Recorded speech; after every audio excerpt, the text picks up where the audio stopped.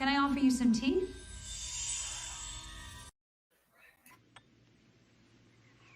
Good tea. Nice house. Hello and welcome to Plomeek Teatime number 10. Today we're going to have a fun stream with a special guest, Pleasant Valley Picker, and whoever else would like to join the panel. The link is pinned to the top. And while we wait for him to arrive, I see that we have a few people here in the chat. So I'd like to say hello to Raymond Feliciano and also Pleasant Valley Picker. Hey. And Gorilla's Random Thoughts is just lurking today. Just a lurker. We love our lurkers. And hello to Matt G, aka Mayor McCheese. And hello to Captain Timelord Spock. Now, I know that Captain Cockney Spock is always changing his middle name, but I have a feeling that Captain Timelord Spock is going to stay for quite a while. If not indefinitely. I feel there's something different about this name change. It's more meaningful than any other name change I've heard yet. Anyhow, that's just a feeling. I have no basis in evidence for that. Pop Culture Curator, hello. How are you today? Oh, and hail in the chat to Cardinal Sin. He's got a great channel, and I'll be putting his link in the chat here.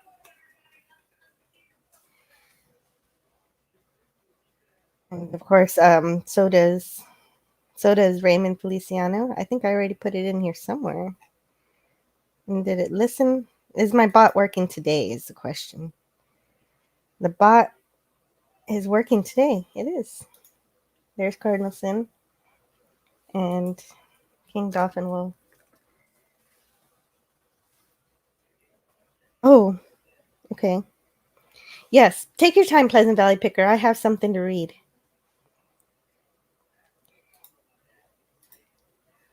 And it's great to see you too, Pop Culture. Hello in the chat to Hakeem. And Captain Timelord Spock says, my insomnia has finally paid off. Yes, Jill, I took your note in eschewing trivial name changes. Your observation is 100% correct. Good. Glad to hear it. I think it's pretty fitting, too. Today, what am I doing today? So, while we wait for Pleasant Valley Picker and any other guests who would like to come on, I recently found out that more people than I thought have not heard this essay that I like very much. It's one of my favorite advice columns, and I like to listen to it when I get too distracted with little things. It's called Wear Sunscreen by Mary. Sorry about that. Mary Shits. Shits. I'm so sorry. I don't know how to pronounce that. Can someone give me a pronunciation for this? Skitch? Maybe it's Skitch. In June 1997. Anyway, just accidental cursing is always fun. She wrote it in the style of a commencement speech for young graduates. It's one of the very early things to spread virtually on the internet via email. Boz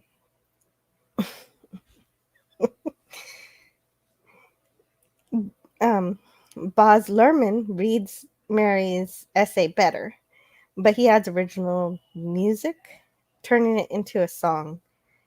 So just playing his would get me a copyright claim or worse. So I'll just put the link to the song in the chat for you to listen later. I'll put that link in later. Also, I cut out 2 lines that I'll share those lines at the end and why I didn't read them as the advice today. So here begins the reading of the Wear Sunscreen essay. I don't know, actually, agree with all of the advice in this essay, which is actually addressed in the essay itself at the end. So here goes. I haven't done a reading like this before, so let's see what happens. Ladies and gentlemen of the class of 97, wear sunscreen. If I could offer you only one tip for the future, sunscreen would be it. The long-term benefits of sunscreen have been proved by scientists, whereas the rest of my advice has no basis more reliable than my own meandering experience. I will dispense this advice now. Enjoy the power and beauty of your youth. Oh, never mind. You will not understand the power and beauty of your youth until they have faded. But trust me, in 20 years, you'll look back at photos of yourself and recall in a way you can't grasp now how much possibility lay before you and how fabulous you really looked. You are not as fat as you imagine. Don't worry about the future or worry, but know that worrying is as effective as trying to solve an algebra equation by chewing bubblegum.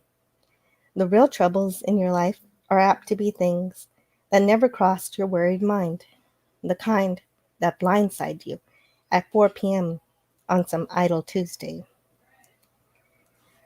Do one thing every day that scares you. Sing. Don't be reckless with other people's hearts. Don't put up with people who are reckless with yours. Floss. Don't waste time on jealousy. Sometimes you're ahead, sometimes you're behind. The race is long, and in the end, it's only with yourself. Remember the compliments you receive. Forget the insults. If you succeed in doing this, tell me how. Keep your old love letters. Throw away your old bank statements. Stretch. Don't feel guilty if you don't know what you want to do with your life. The most interesting people I know didn't know at 22 what they wanted to do with their lives. Some of the most interesting 40-year-olds I know still don't. Get plenty of calcium. Be kind to your knees. You'll miss them when they're gone. Maybe you'll marry, maybe you won't. Maybe you'll have children, maybe you won't. Maybe you'll divorce at 40. Maybe you'll dance the funky chicken on your 75th wedding anniversary. Whatever you do, don't congratulate yourself too much or berate yourself either. Your choices are half chance. So are everybody else's. Enjoy your body. Use it every way you can. Don't be afraid of it or what other people think of it. It's the greatest instrument you'll ever own. Dance. Even if you have nowhere to do it but in your own living room. Read the directions, even if you don't follow them. Do not read beauty magazines. They will only make you feel ugly. Get to know your parents. You never know when they'll be gone for good. Be nice to your siblings. They're the best link to your past and the people most likely to stick with you in the future. Understand that friends come and go, but for the precious few, you should hold on. Work hard to bridge the gaps in geography and lifestyle, because the older you get, the more you need the people you knew when you were young. Travel. Accept certain inalienable truths. Inalienable truths. Prices will rise. Politicians will philander. You too will get old. And when you do, you'll fantasize that when you were young, prices were reasonable, politicians were noble, and children respected their elders. Respect your elders. Don't expect anyone to support you. Maybe you'll have a trust fund. Maybe you'll have a wealthy spouse. But you never know when either one might run out. Don't mess too much with your hair, or by the time you're 40, it will look 85. Be careful whose advice you buy, but be patient with those who supply it. Advice is a form of nostalgia. Dispensing it is a way of fishing the past from the disposal, wiping it off, painting over the ugly parts, and recycling it for more than it's worth. But trust me on the sunscreen. End reading of Wear Sunscreen. And so that's the end of the essay by Mary. To hear it in a more nicer song format, I'll put the link after I'm done with the stream.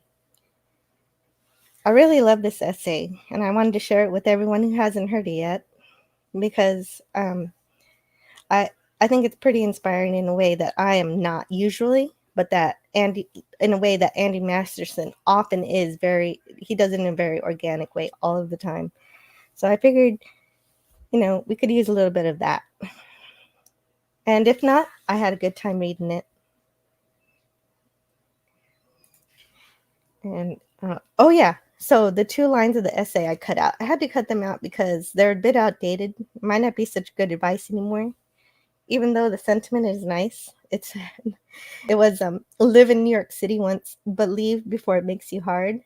Live in Northern California once, but leave before it makes you soft. And there's no disrespect to anyone who lives in those areas, but I didn't really want to repeat advice to live there, because anyone who decides to move there needs to think critically about it. I'm not really going to talk about the politics of it, but I think you guys know.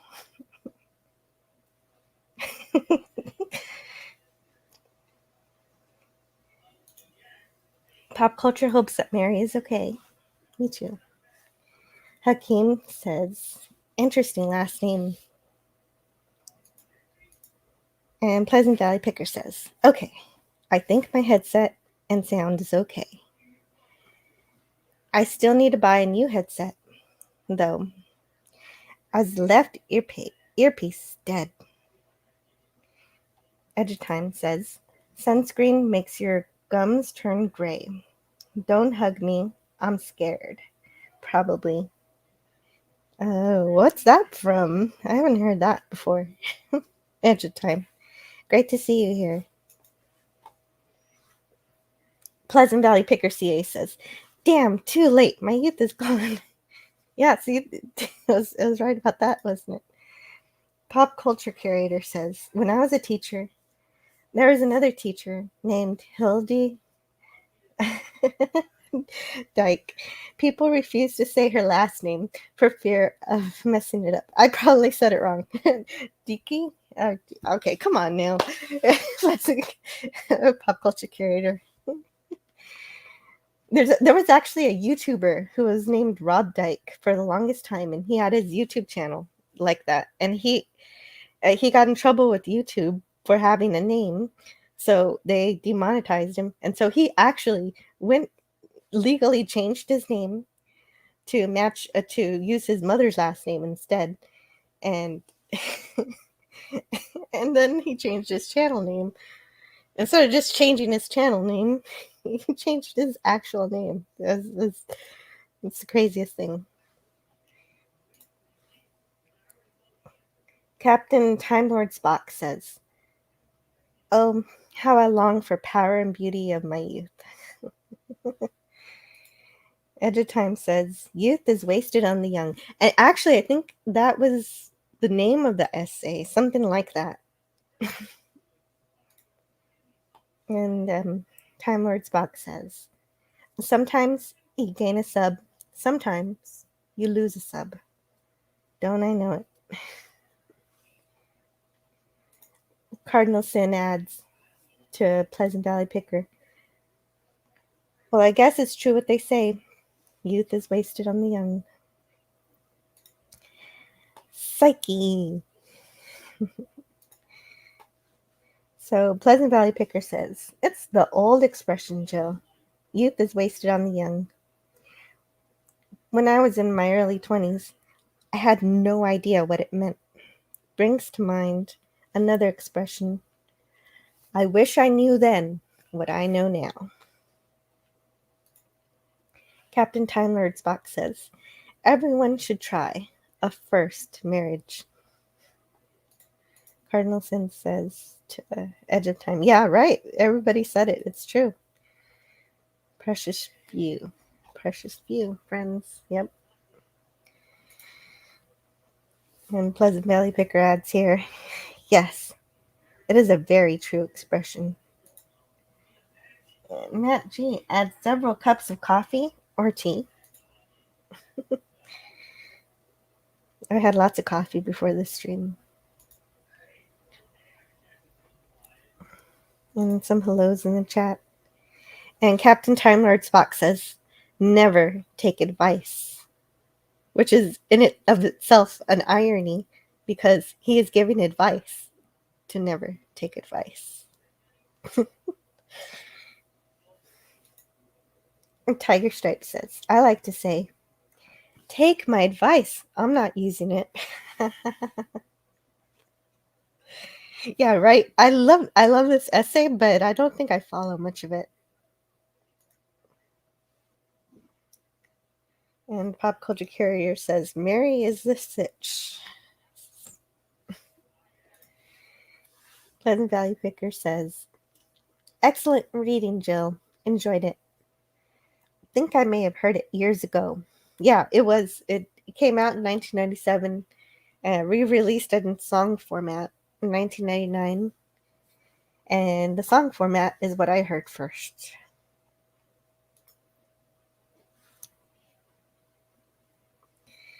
And Tiger Stripe says it was an essay by Mary Smitch. Oh, there's an M in there. See, I missed the M.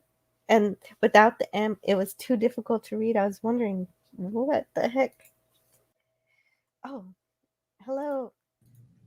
Hey there, Cardinal Sin. What's going on? Hello there. How are you doing today? Oh, funny, I just got to your chat here that says, I swallowed an entire tube of SPF 45 before the show. Maybe that's not what they meant by wearing sunscreen, not drinking sunscreen. Oh, well, just to be sure, Yeah, the insides will be protected from the sun as well. Exactly. I mean, in case those UV rays get through the skin, I'll be protected. Oh, God. And Pop Culture Carrier says, hey, I live in California. Also, what she says is true.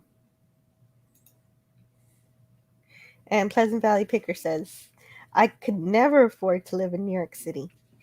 But also, it was a way for me to maybe not have to worry about copyright just by eliminating 2 lines. I don't know, probably.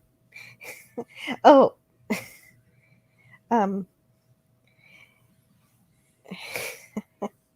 What Tiger Stripe says is true. Yeah, and to this day, New Yorkers have a rep for being hard, and Northern Californians have a rep for being soft. Now, I'm hoping that maybe my channel could be a place where you're okay with seeing Captain Timelord Spock. Just, I don't know. Who, me? Yeah. No, I don't. No. Don't what? I don't see. Okay. But he does say, I thoroughly recommend living in New York in the early 1990s. Well, it's a very different place now, of course. Mm-hmm. Pop culture, don't put sunscreen in your mouth then. Yeah, right. I agree with that. Blah. There are some names I'm glad I don't have. Well, I was missing the M, so anyway. So how are you doing today? Well, I still have you. I'm well. I couldn't let you go on alone, so I decided to join in the fun. Very good.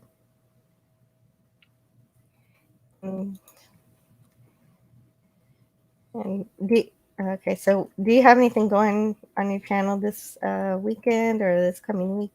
Actually, today at 5 p.m. Central, the new episode of Critical Hit Gaming with Cardinal Sin will premiere. Oh, cool. That's great. What game are you playing? This week it's Iberia, which is a spin-off of Pandemic. And next week it will be Munchkin, which is a Steve Jackson Games game that's sort of their main focus right now. It's very popular and it's a lot of fun to play. That particular episode is in the can, as they say, and ready to roll. I like to be at least 1 week ahead, of what I'm laying down. That's smart. I can understand what a game like Pandemic would be, but the last one you just described, I don't know anything about that. Is that like is that adventure? Iberia? Yeah, what kind of It's genre is it's that? Pandemic on the Iberian Peninsula, which is Spain and Portugal in the 19th century. So it's before, antibiotics and all that kind of stuff. Mm-hmm. So, Well, if you're not doing anything at 5 p.m. Central, I got a critical hit. oh, there you go. Yeah. Some fun stuff for Friday today. And also something fun. Right before I started the stream, I saw well, there's some breaking news. I just heard on Az's channel today about Shatner's wisdom that he shared at Comic-Con today.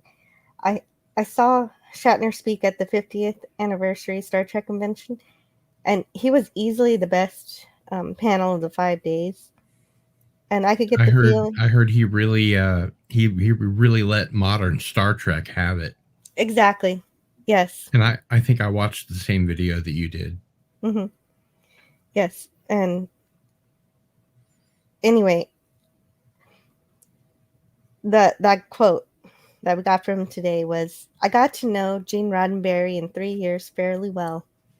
He'd be turning in his grave at some of this stuff." That was great. So now, I mean, I was looking to see if I could find the panel because I would love to hear that, actually hear it. Yeah, well, you'll probably have to look off of YouTube because they get after channels that put that kind of thing up pretty quick. Well, I'm not going to play the whole thing or anything. Just, a little clip here and there. Oh, I thought you said that you were looking for the clip to play. Yes.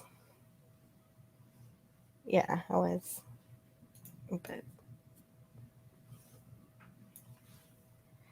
But I can take the clip. I could take the panel and clip it myself. Or you could just turn off the sound and leave the captions on.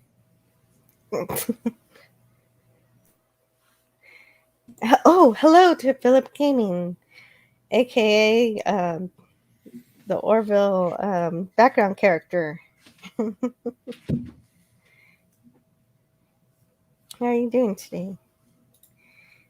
He says, "I just met William Shatner at Comic-Con yesterday." Oh, wow. You're there. How That's cool awesome. is that? Yeah, splendid. I had a photo op with William Shatner, and my baby was dancing on the table and made him laugh. I have William Shatner and Leonard Nimoy's autograph. Yes. Very good. Nimoy would have been wonderful to see. Yeah, it was kind of interesting. I was at a 40th anniversary Star Trek convention in Minneapolis, and it was a smaller con, but I mean, still, it was pretty packed. And Shatner came out and talked, and then Nimoy came out and talked, and then the both of them came out and talked together, and they really seemed like they were best friends at that point. If they were acting, they were doing a pretty good job. Although, of course, their job was to be actors. But I remember William Shatner saying that he had got his first computer, and he found it really strange that to turn off the computer, he had to go to the start button and push the start button. You have to start before you can shut down. That's so cute. Yeah. That would be something he'd say. That's great. But he really knows how to work a room. You know, he's absolutely. He's an amazing entertainer. That's why I said he was the best speaker. You know, unlike the rest of them, everyone else felt like they've said the same thing at 5,000 conventions, but you could tell, you know, we were getting something unique. Yeah, you know, I've heard from a lot of different YouTubers, Doomcock included, that he's, you know, going around, they show the Wrath of Khan, he talks about the Wrath of Khan, and then there's a big Q&A, and I've always wanted to see this, you know, kind of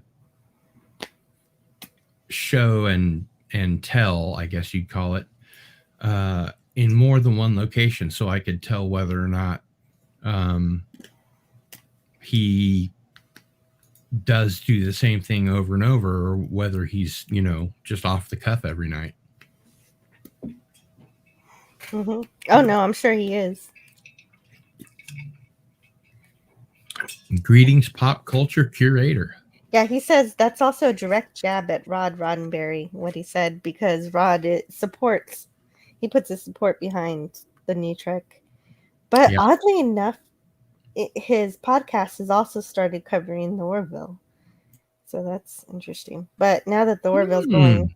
Getting a bit jealous, are we?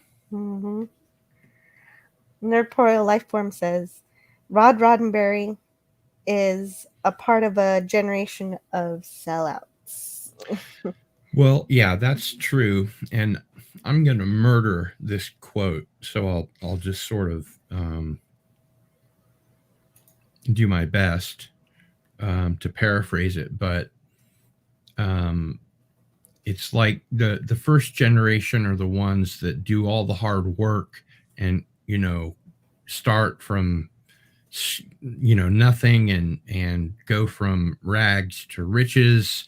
And the second generation sort of nurtures the company and or that money along. And then the third generation is completely removed from knowing anything about work. And they're the ones that spend all the money and ruin those fortunes. Right. When you don't have to work to eat, you're not going to have that same work ethic. Well, yeah. And from an artistic perspective, that's what they mean by the statement, stay hungry, continue to write and make music and perform, and whatever your art is, continue to do it as if you were not well off, so that it'll continue to be as good as your first album or novel or whatever. And the Nerdporeal Lifeform says, I spy the quadratic equation. Yeah, there's all sorts of equations there. The quadratic equation, negative b plus or minus the square root of b squared minus 4ac all over 2a. And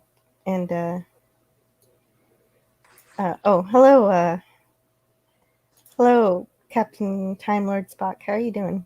Hello, very good. How are you? Very fine. Philip Gaming says, Shatner autographed my Star Trek TOS box set. Oh, that's a great idea. And Pop Culture that says, Mark Torgel from the Toxic Avenger is at San Diego Comic-Con. I wish I could go.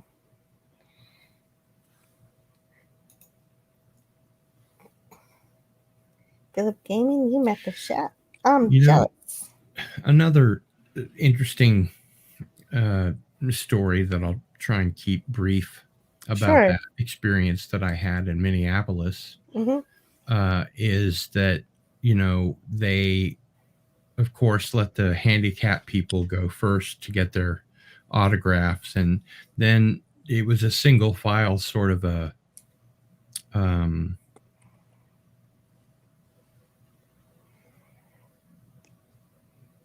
line, but I'm trying to think of the phrase for, like, the I Love Lucy episode where she's got too much stuff coming on. An assembly line. An assembly line. Thank you. Yeah. So, you've got William Shatner over here and you've got Leonard Nimoy over here, and they're just scribbling down, autographs as fast as they can. That's what the Next Generation crew does now. They all sit in one line next to each other. And I said to William Shatner, "Thanks for being here," and he just didn't look up at me. He continued signing, autographs. And then I moved over to Leonard Nimoy and I said, "Thanks for being here." And he looked up and he said, "Thanks." And then he went back and was furiously scribbling autographs again. So I guess that tells you something about wonderful. Yeah. Well, yeah, there's I hear good things sometimes with Shatner and bad things sometimes, but I had a good time just because I think a lot of people didn't get a real smile from him, but I did just because my baby made him laugh, so I got lucky.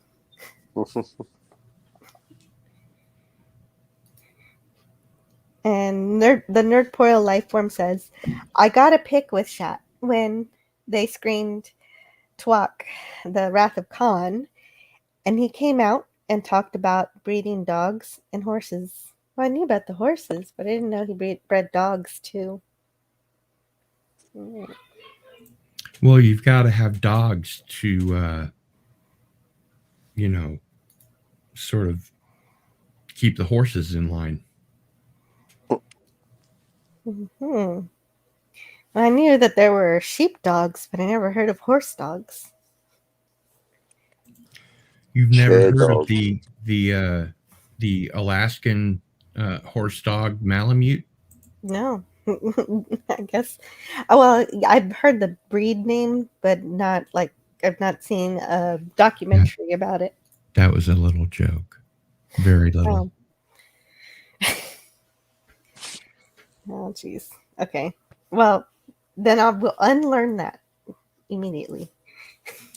No, Shatner's first computer was a PC, but his first computer commercial was a VIC-20.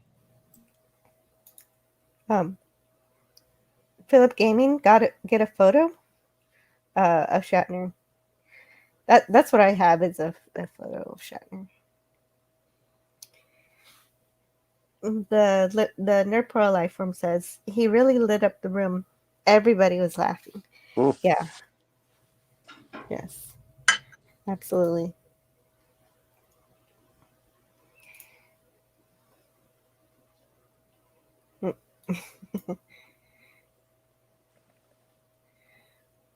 And Tiger Stripe says that's super.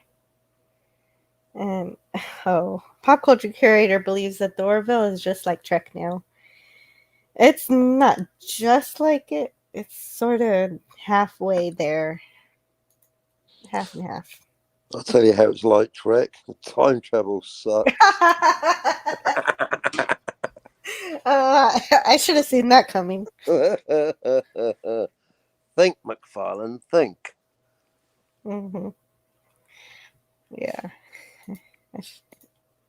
I walked right into that one. And the nerd portal life form is thinking token family.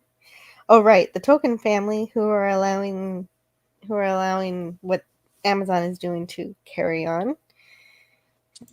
Yeah, that's exactly an example of that first generation, second generation, third generation. Is as soon as Christopher Tolkien died, the next generation of heirs stepped up to get their checks, and that's all they really care about.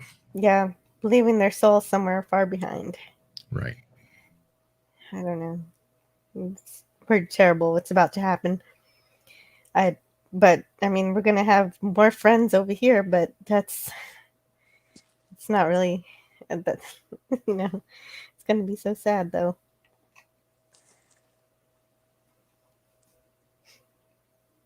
And yeah, I do have. Oh, Pleasant Valley Pickers asking about the link. I do have the link pinned in the chat, but I'll post it. I'll post it again.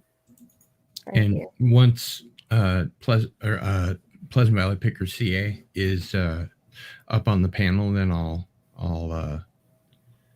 leave you guys to it so that you guys can do your regular show. I just didn't want to see you up here all by yourself. I appreciate that, Cardinal Sin. It's always wonderful having you around, and you have lots of good things to talk about. Oh, thanks. Yeah, it's true. I mean, come on, you're the guy who has 12-hour live streams. Sometimes 16-hour live stream. Once. Right, 16 hours, but some of it was lost to time, and I had wanted. That's true. Okay. Oh, welcome to the stream to Pleasant Valley Picker. Hi guys. Hello. Hi. Yeah, it's weird, Jill. I didn't see a link under the video on YouTube anywhere. I can't see a link there at all. Yeah, I got a link here to the panel. Then I also have a poll. So if anyone can see the poll, I'm trying to figure out. Oh, yeah, the poll. Whether I should review. Pop Culture and I are looking for something to review when the Orville's over. And I was thinking either For All Mankind or Star Trek. So I voted for Star Trek. Yeah, I don't blame you.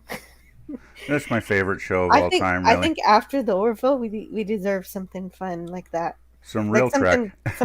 Yeah, right. And so something of the past that isn't full of stuff that is of today. That was my vote as well, but in retrospect, since Clobby and his number one do such a great job with their Saturday night Star Trek. Oh yeah, I think they've actually completed it. They did. They did. They're but I have the DS9 now, I think. Yeah, on to DS9 this Saturday, I think. Yeah.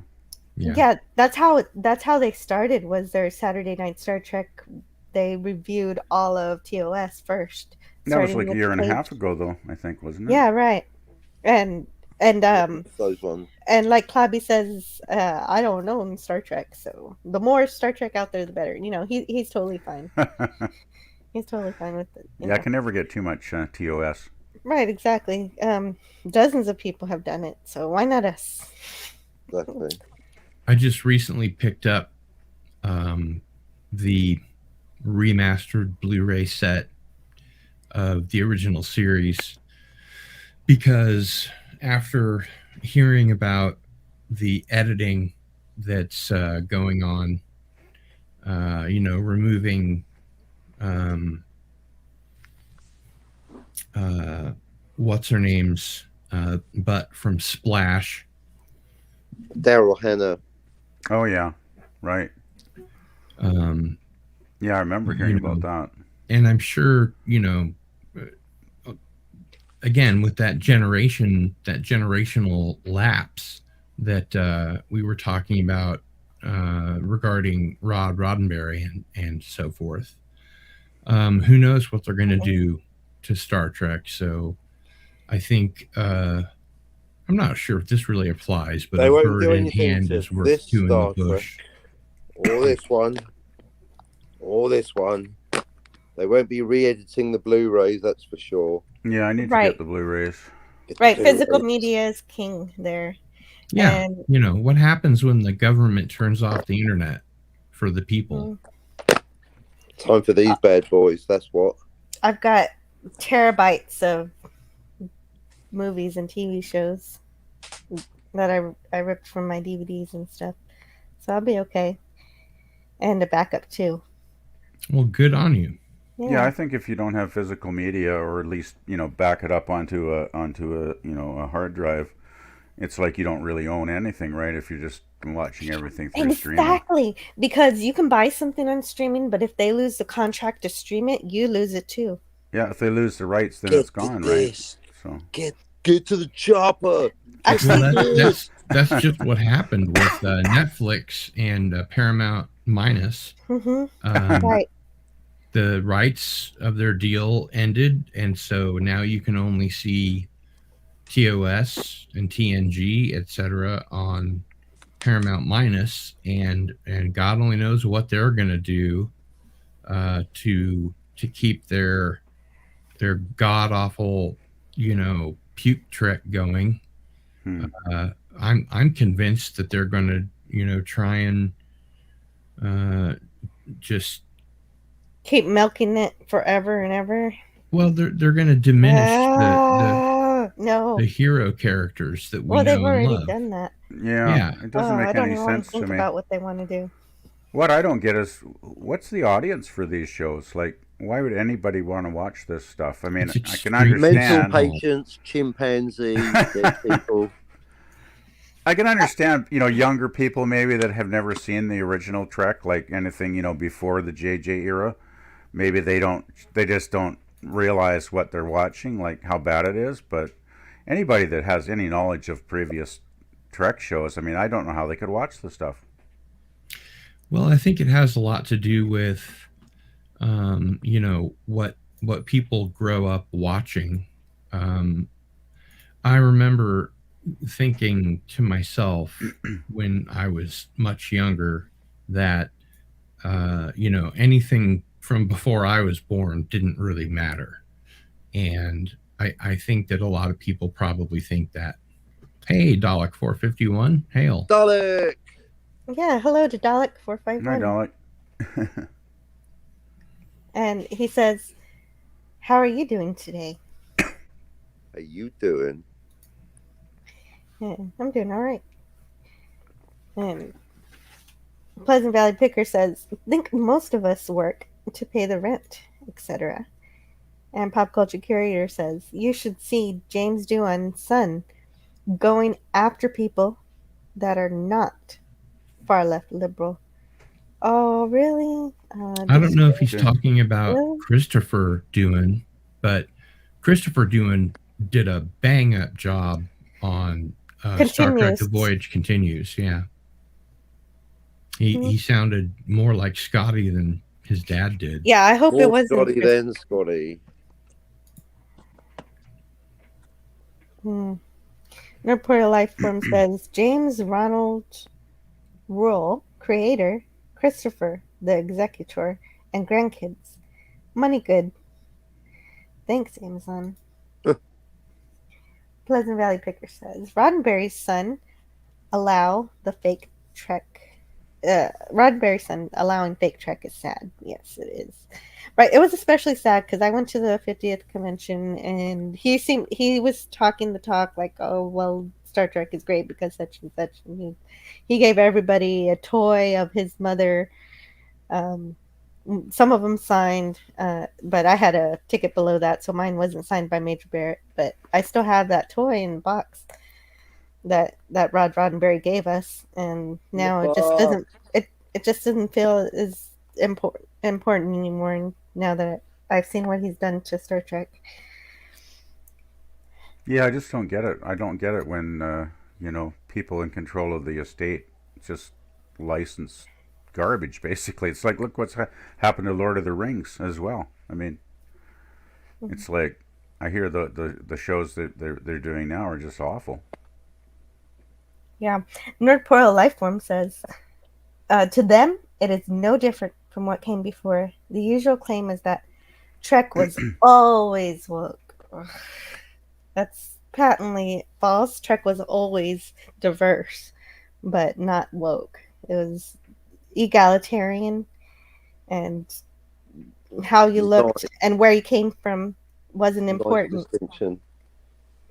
Yeah, I think Roddenberry's vision in the original series was, obviously left of center, so to speak, but it never hit you over the head with politics. It Right. might have political ideas running through some of the episodes, of course, but it kind of left the viewers to make up their own mind, really, at the end of the episode, right? So. Indeed. Hello to Dalek451. How are you doing? Good afternoon, Jill. How you doing? Afternoon. Great, wonderful. Glad to see you all here. Hello, Dalek. Hi, Captain. How are you? Fancy seeing you here. What? I know I've missed a few of your streams lately. Well, but that's mainly because I've been going to bed at decent times. At least for me. I didn't say anything. Hey, that's good. Getting some rest. So Not when you wake here, up, Dalek. Yeah. Not in front of the others. when you Always wake up, good to get some rest. you'll be ready to listen to Friday Night Frolics.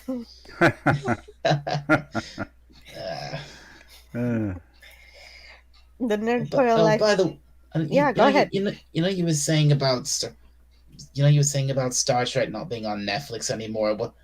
Well, technically it still is. It's just not in the States. Oh yeah, that's an important distinction. Right, because not all the entire world doesn't have Paramount Plus, so they're still allowing it on Netflix in some places. It's funny you should mention that, Jill. Just recently, Paramount Plus was actually launched here in the UK. In that case, you're not going to have Star Trek on Netflix for long. But it's For the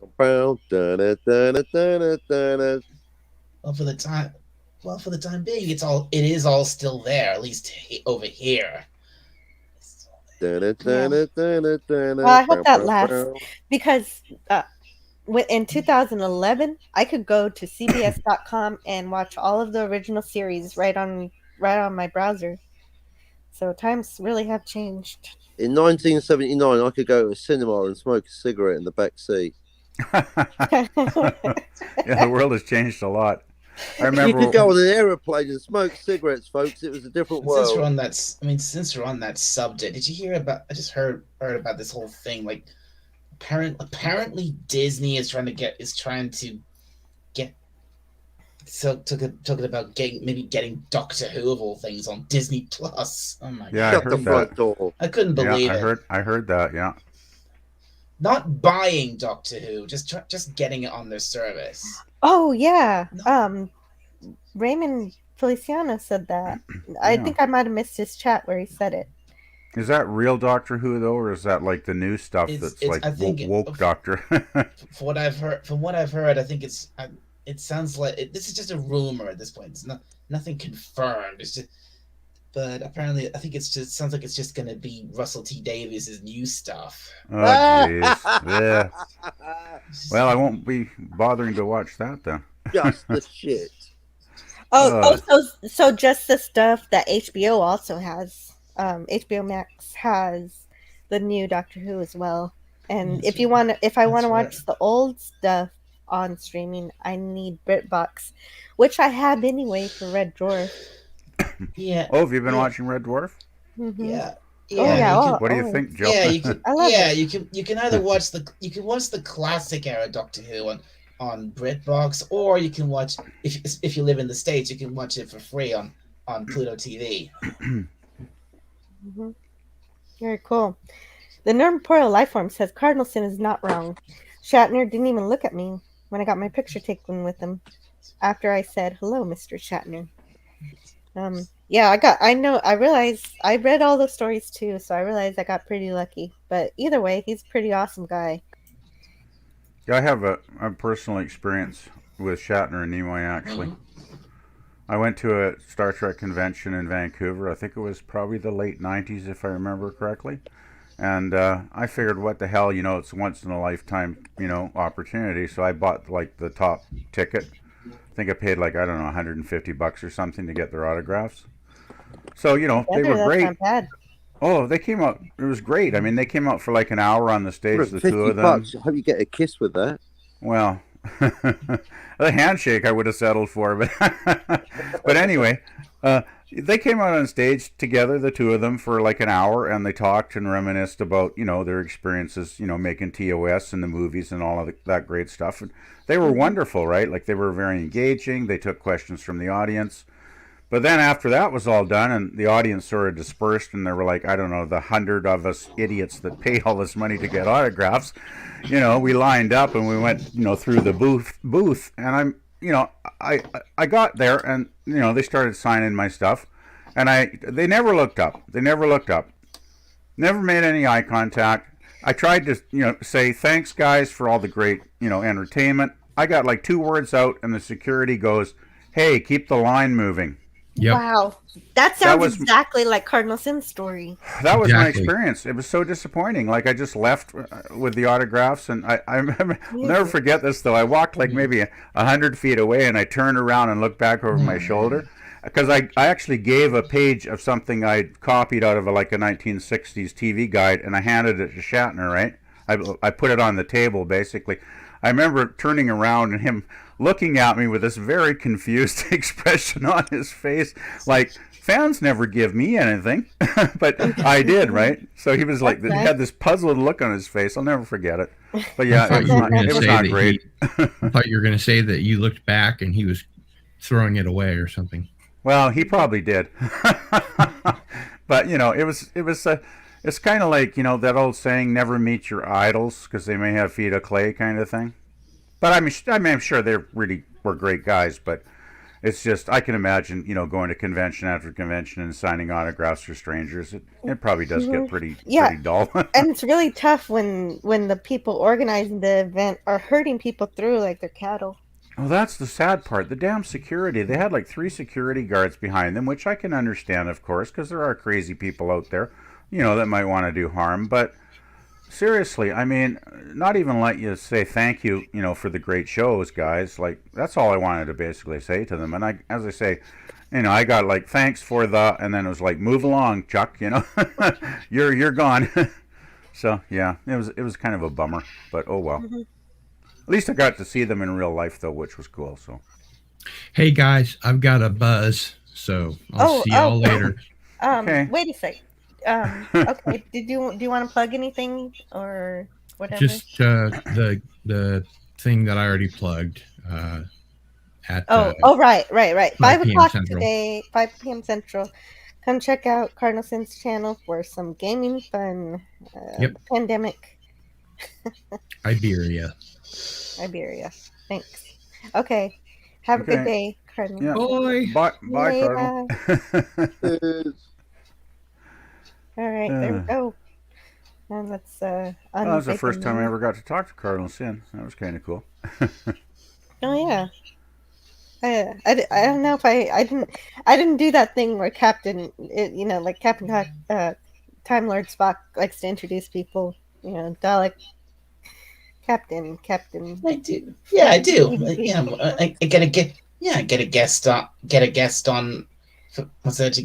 Get a guest on one of my streams. I introduce them. It's the polite thing to do. Yeah, but I didn't do the part where I introduced them to everyone else. Dalek, Doctor, Dalek, Captain, Dalek, Captain, Admiral. Yeah, I need to practice that. So, Pop Culture Carrier says, I sat behind an interpreter doing sign language at Shatner's appearance. She was making loud noises and grunts, drowning him out. I told her to STFU. Wow. Oh boy. Yeah, I was laughing internally at that. That's hilarious.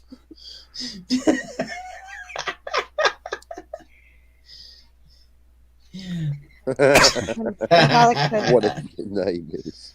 Also, hail, Captain. Whatever your name is, Spock. How are you doing today? Jill's right. I no longer change my name trivially, and so Jill's also right that it's a serious name change for a serious reason. Very Time cool. to get into the McFarlane's the last. Think, McFarlane, think. There's a gap in the market. This idea is worth £1 million. That's that. Time travel's been solved. There's got to be a price tag we can attach to that. That's my line. Think, McFarlane, think. I'm waiting for that. Welcome to the copyright police. Well, I say we both. Let's say we both came up with it. I came up with it first, but it doesn't matter. We both came up with it. It was me. Doesn't matter. It was me. But McFarlane, think. But I came up with it on your show. On my show, exactly. So the copyright lawyer said you can use it, but it's $5 and a neck massage every week.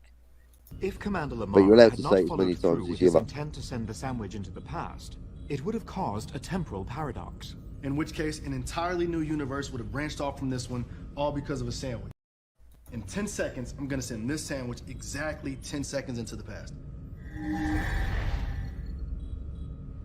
Where'd that come from? The future. Now, watch.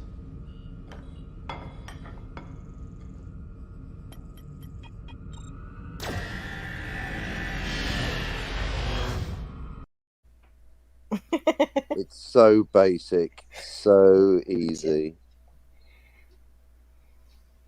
Yeah, right. Anyway, there's his interpretation of time travel. Interpretation. Yeah, well, here's my interpretation of gravity. Dunk. Pleasant Valley Picker says, I met Nimoy and Shatner at a Trek convention in the 90s in Vancouver. Totally disappointing. Oh, right. I read that. Yeah, right. that's my comment I typed half an hour ago. I didn't read that. You said it. You told us. It feels like I read it. I typed it like half an hour ago before I joined the chat. So. Oh, can't you see me? Yeah, I can see you now. Yeah, so I only sent that because, well, I thought you seemed to be taking a while to. You were just taking your time in the chat. Scream and shout and bully your way on, Dalek. It's the modern way. Hey, Yeah. I gotta take a call. Can y'all talk for a moment? No, but it's silence. Welcome to Radio Silence on the Jill Show. No one say anything. So, how about them Red Sox?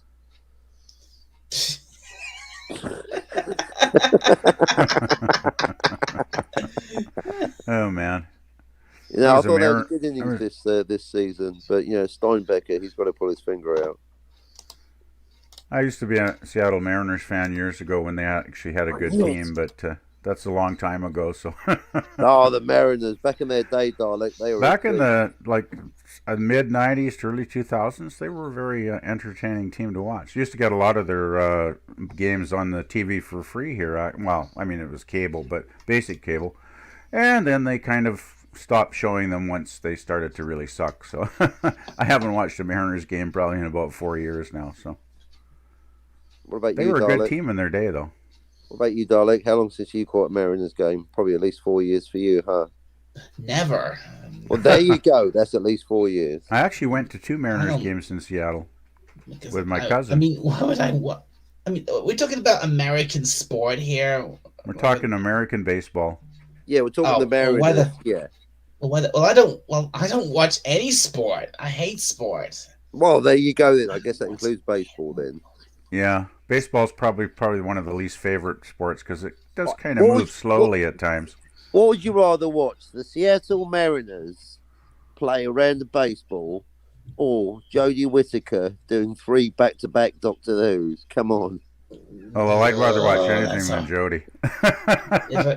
I'd rather watch the lawn grow than Jodie. I'm afraid that's not an option. It's either Shit Taker or the baseball. No, I'll go with the baseball. Okay, Dalek, you go with the Mariners too. That's 2 for the Mariners. All right, we got 2 for the Mariners. Shit Taker, you're out. Yeah, if I had to choose between that or between Shit Taker or that, I'd probably pick. What about Jodie Whittaker playing baseball against the Mariners? And the New York Yankees do Doctor If the Mariners beat her in the game, that might be worth watching. Well, she'd have to time if she didn't get a single hit. She'd have to clone herself, so it'd be a team of Jodies. A team of Jodies. Oh my! That's a frightening concept, actually. Can you imagine that? Oh God. I don't want to. More than one Oh, that would be one of her orgy you won't catch of me her on. of her grating Oh, voice and her darling, how do you come up obnoxious. with these things? Yeah, one's bad Oh enough. my Jeez. No, poor God. Jill. She leaves us alone for 5 minutes, and look what happens. It's chaos. I didn't come up with this. Quick, someone think of something meaningful and pop Beautiful, culture. beautiful chaos. Oh, nothing. They're talking about playing baseball with 12 naked Jodie Whittakers. I don't know what's going on. You said naked. I never said naked. No, I don't. You thought it though, didn't I you? wasn't naked.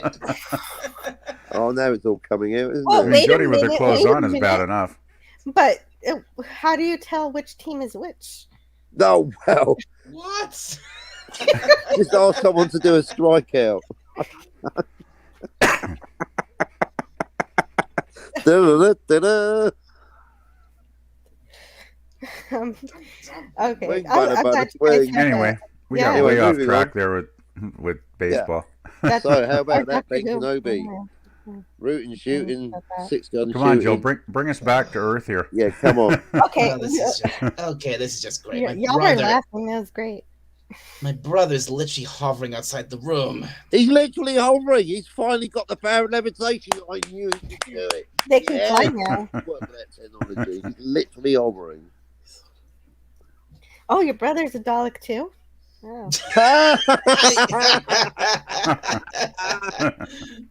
I wish, Jill. I wish. And, Tiger Stripes was worried about Cardinal Sin when he was doing those marathon live streams. I wasn't too worried about him. He seemed to be having things under control. What I was worried about was when Spidey would get really, really, really drunk and start like falling over. Really? I need to see that. Yeah, that Spider. He's something else, man. When was that on? Oh, recently? I don't know. Oh, yeah, that's all that's called. Getting drunk with Spidey. We'll put down a $5 and you guess at which point we have to call the mountain. Jeez, I got to take a look at that. Well, see, when I saw Super Troopers, I thought it was a joke when they would drink maple syrup and beer at the same time. Well, Spidey did that with straight. Yeah, with like the juggling chainsaws. It's never a joke. No, it's real. As a Canadian, I can honestly say I've never drank maple syrup. He's not the Never had a desire to, really. Very to mention, but the maple syrup. It's good on pancakes, but I draw the line there. Yeah, he had a quarter tequila and the maple syrup. Well, you sound practically American. Syrup? Pop Culture Curator says true. I saw him on Facebook. Had to block him. That is hilarious. Oh, I have no idea who's talking. Oh, Poor Spidey drunk out of his head, face down in the snow. Help! Trying to call the mountain. And you're worried he's had a spoonful of maple. Quick, Ma, he's had the maple syrup. Call the mountie. No, not the Mounties. Remember, it's the fire brigade. Never call the cops. The fire brigade. So, Pop Culture Curator says a lot of people have reviewed TOS, and we will be part of those people. Yeah, not enough. A lot of people have reviewed The Prisoner. Then you need more. A lot of people have reviewed Blake 7. Not enough. Quick question. Yeah, go ahead. Quick question. What's For All Mankind? Yeah, I've never heard of that show. It's a show by Ronald D. Moore on Apple TV, and it's apparently really good. That's why I've never heard of it. Come on, do real TV shows, Jill. Yeah, do TOS, Jill. I'll tune in for that faithfully. Well, I heard it was really good, like an alternate. Yeah, I heard that it was really good. Actually, if Jill wants to actually do TOS reviews and we can all come on and give our reviews, like on Saturday Night Trek, that would be awesome. You wait till you do City on the Edge. Because I know every TOS episode, like I don't even have to think about it. I just know them all. Jill, when you get to City on the Edge of Forever, you better make that a 12-hour special. A 12-hour. Oh, well, okay, but at a point, I can't do that because I have children that I have to pick up. All right, 8 hours. I'm going to need at least an hour for the time travel. Okay. Well, I'll start early at 5 a.m. and when everybody arrives at noon, we have the actual review of the episode. But the previous 8 hours will be time Right, travel. I mean, basically, it's like Back to the Future, but instead of a DeLorean, you've got the Guardian of Forever, which is the only reason that Kirk gets back to timeline A, unlike Marty, who never does. Hello to King Dolphin TV. Raymond, how are How you? you doing, guys? Doing okay, King Dolphin. Hi. How you Are you doing? good? Good to see you guys. Yeah, it's good to see Yeah, you. Dalek. It broke my heart to hear that news on the on clownfish. I really hated to tell you about it. Oh yeah, the news about Doctor Who going to Disney Plus. The poor thing trying not to think about it. Oh, you'll set him off again. I'd love to. I'd love to stay and talk about this, but he's finally gone. He's finally. Hi, Raymond. Hey, Dalek. Yes, I heard about. I wanted to say to you, yeah, I heard about that from Clownfish as well. Yeah. Well, Clamfish, they always got the news going on there. Mm-hmm. Pop Culture Curator says, now that Disney Plus is going to start showing rated R material, will they restore Splash? Probably not. Yeah. No, probably not. Tiger Stripe says, yeah, I went looking for a Star Trek TOS clip the other day and was very surprised to find it on 0 platforms besides Paramount. Ooh. Mm-hmm. Yeah, you got to clip your own clips nowadays. Unless you get lucky and it's a very famous clip. Pop Culture Curator says, I just bought a new 14 terabyte hard drive so I could fit Blake 7 and Red Dwarf, among others. Wow. Great. Nice. Well. Oh, by the way, I think Clobby's going to be doing a Blake 7 review next Thursday or something. Yeah, he's going to do top episodes. He's the definitive authority on the top. Yeah, he's kind of a fanatic about that show. I believe him too. I've never seen it, so I really need to watch it. But it'll be interesting to see his ranking, I guess. Right. Yeah. I know almost nothing, so I don't think I could get spoiled. Yeah, I need to watch. Get some I Blake need to watch that show. Get it down here. Got to get Blake 7. Mm-hmm. Get that flavour. It's the best. Well, it's good for its time. Hakeem says, I've never seen the original Trek, but I still know this new stuff is crap. A Hakeem, you need to watch. You need to watch TOS. Mark D with the C is here in the chat. Hello, Mark D with the C. Mark D I know with the this C. is like an hour ago, but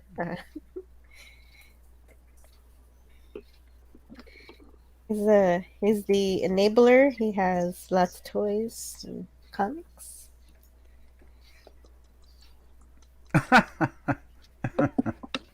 Yes, Chris, he's an asshole. Who's that? Major asshole, sir. He's an asshole. Oh, more tea picker. I'm sneezing. Excuse me. Okay, guys, let's be the asylum again. How about them Red Sox? Okay, all right. My team was the Indians. Oh no! Hey, Joe. Hey, Joe. Yes, Alex. I'd love to stay, but I've got to drop out. Okay. Plug your levitating again. You didn't need to. Oh, you didn't need to do this.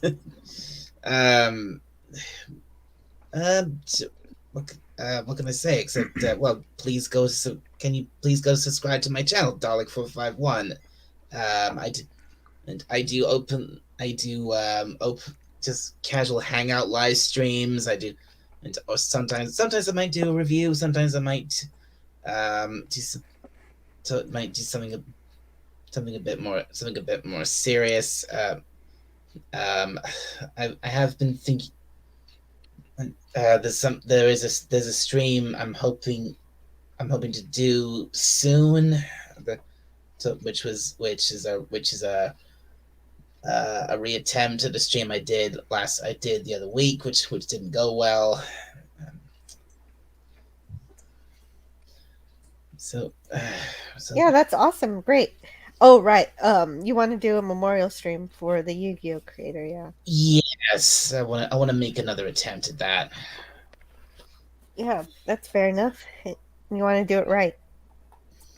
Yeah, I want to, because the first time doing it, most of it went well at first, but then it just ended in complete disaster. Yeah, I'm sorry to hear that. I didn't hear the stream, so I didn't know. But sadly you won't be able to find it. I had to delete it. Yeah. So what do you have going now? Are you having dinner, or what are you doing? I'm off to have I'm gonna go and have my dinner now. Okay. Enjoy your dinner, Dalek. Thank you. And yeah, it was always great to be on, Jill. I'll still be watching. I'll still be in the chat. So I'll see. So I'll see you all. I'll see you all later. Bye. Awesome. Bye. Okay. Bye, Dalek. Take care, Dalek. Oh, frighten yourself. All right. Good evening, England. So what do you guys think of V as a movie? I thought it was pretty entertaining. V as a movie? They actually did that? Oh, yeah. Oh, yeah. It was good. It was really good. But I mean, I never read the comic or anything, so I don't. Yeah, I never saw the comic either. I remember the series, the first series. Canonical verisimilitude. No, we're talking about V for Vendetta.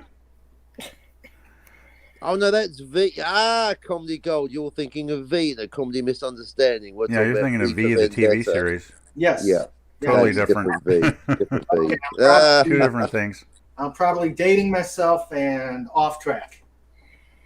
But that V was good too. Oh, the lizard. She's a lizard. Ew. Yeah. Peeling off the makeup. Woo.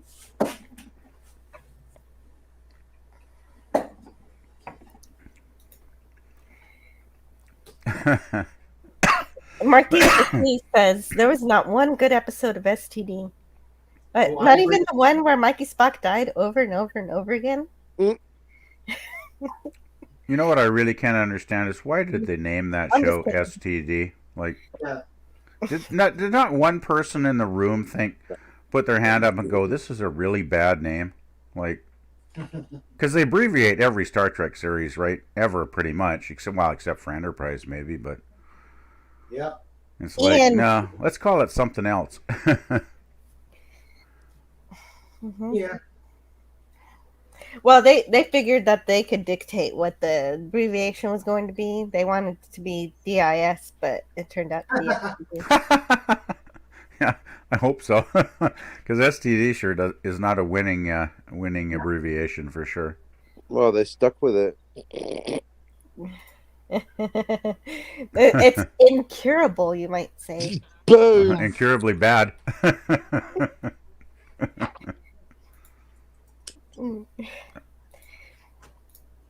And lots of hellos in the chat. Okay, I'm finally getting through some things. Hello, everybody. And Tiger Stripes, I don't really miss all that secondhand smoke. All right. The secondhand smoke in the movie theater, in the airplane. That's why they got rid of it. Giving people lung cancer who aren't smoking isn't cool, folks. I don't know how true it is, but I heard that the filters in the airplane used to be a lot better when people were smoking. Well, it's like Bill Hicks says, it's the second-hand smoke that tastes so bad. But No, okay, really. So it's just a myth. It's a myth. I was being a flight attendant a long time ago. No, I mean it's good for a lot of particulates, but not smoking. Yes, good to know because people love to say that. And see you later, Cardinal Sin. Although I know you're long gone. And Tiger Stripe says, "Oof, for $150, you should get a little eye contact." That's what she says. Yeah, that would have been nice. However, Oh my boy, mind did took me a not even second go to get there. that one, but However, John Colicos, when I got his autograph, was pretty pleasant. Yeah. yeah. Well, you'd hope when you're paying your hard-earned money to a celebrity, to like, just get them to spend like 3 seconds signing something that they could at least be, engaging a little bit, like at least say hi or something, right? hmm Yeah, Nichelle Nichols was really sweet. She wanted Was to, she? yeah, she wanted to take my child though. I think she wanted to babysit or something. That's I was like, cool. yeah, Nichelle Nichols can babysit my baby. Yeah, she was at a convention in Vancouver when I was living there back in the late '80s, early '90s, and Mhm. damn, I regret. I could have gone to the darn thing, and I never did. And I just regret not meeting her back then, like, all those years ago. It's one of those things, you just, I don't know, you have something come up on a day and you just don't, get there, right? You don't go, and Yeah, things it's like, plans sometimes don't pan out. yeah, and then you look back and you go, damn, what was I thinking? I should have made Mhm. every, effort to go and see, her, in person. Like, damn. Oh, well. Yeah, I was at the 50th. There were so many. I had to budget, so I couldn't see everyone I wanted to see. I didn't Wow. see Walter Koenig. I wanted to see. I didn't. I should have at least gotten Andrew Robinson because Garrick's basically my favorite character. So I just messed up on my priorities there. Darn. Yeah, well, I mean, that's life, right? You can't have everything, I guess, kind of Mhm. thing. Yeah, But I yeah, missed, that must have been cool going to the 50th. Yeah, it was. It was nice. I missed the local cons. hmm The local cons when they in Cleveland and they stopped them, and then what do you got to do? Yeah, Go to and DC. well, in 2020, I had bought tickets to San Antonio Con that was going to have it was basically a mini Star Trek convention. And of course, it got canceled, so that never Oh, happened. jeez. Hmm. Yeah, we That's, we that's the hardly ever saddest have thing any. that happened that year. I don't think we hardly have any cons around here, around my area ever. So, just not a big enough city, I guess, for anything major.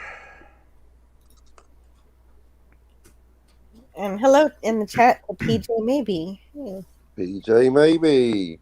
PJ Maybe. Maybe. I, Oh, hey, look, lots of hellos. Hello, hello. Oh, yeah. You now I get to you. Raymond, can I come on? Yes, you can come on. I'm here. Hakeem says the new name fits you best, Captain. Oh, perfect. Thank you, Hakiman. Yes, Captain. Perfect.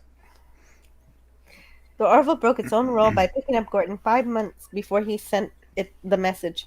Actually, the rule is Seth MacFarlane's time travel rules is that if there is a paradox that occurs like this, like picking up Gordon 5 months before he sends the message, then a new timeline is created just because of the paradox. Even though I know that's not the rules that the right rules, but those are Seth's rules, and so there's a that means that deliberately Seth is saying that the family still exists in an alternate reality.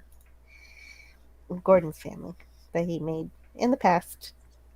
See, in every time, Mhm. yeah, his mistake is saying there's no. It's like, yeah, there's no his rules. There's just the rules. It's just they're either right or wrong. There's no that's that's the resistance. That's been the great learning curve because everyone seems convinced either there's no rules or you can make up your own rules. And writers have done, but there's three ways of doing it. Two of them right, one of them wrong, and the real rule is don't mix them up. But Seth, so but you carry on, Seth. Clearly, no one cares. But he got it wrong. There's no Seth's rules. There's no captain's rules. There's just the rules of time travel. And for £1 million, they can be yours. Just £1 million in advance, please. Thank you.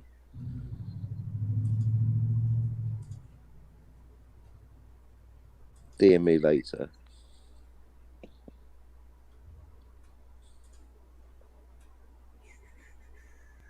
Those Red Sox used to be white, says pop culture curator in the chat. Nope, where'd Jill go? Wow. Oh no, Jill's left us. Oh, there's the editorial decision. Wow, there's feedback for you. Gosh. Time for the inmates to run the asylum.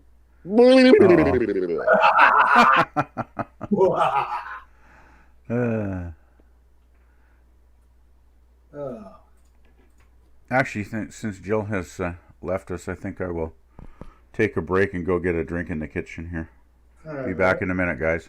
Oh, you picked a great time to leave. No, that's fine, Valley Picker. You don't worry about us. We'll be okay. It's all right. We'll talk writing. First time I've been on a chat with you, Captain. I am honored. Yeah, I know. I feel sorry for you, but best of luck. I'm sure you'll do your best with the what you've been given. You better watch it. I may invite you to the channel. Oh, careful now. So how many books? Are you 2 books into your trilogy, or are you on to your third? I have 2 books. I have 2 books published now. See, that's impressive. All's Fair and Peacemaker. The third book, Blood Feud, is in the editing process. Actually, it's more like was, because now I've gotten some more ideas that I think would fit better with the third book than as a standalone. Oh. So I've put a full stop on the editing and going to, in essence, do a full rewrite. You're not going all George R. Martin on us now, are you? No, it will come out. It will come 10 years, out. Is it? No, it will come out. It's not going to be called Winds of Dolphin. Yeah, the dolphin waves. No, it will come out. I just don't think it's going to come out this year. One more year won't hurt them. Yeah. That's good. You got the first 2 out. That's the tricky part, getting the thing out. That is true. So yeah, you've done well. 2 out of 3 is a good start. And so next year for the third one, is that right? That's what I'm thinking. Very good.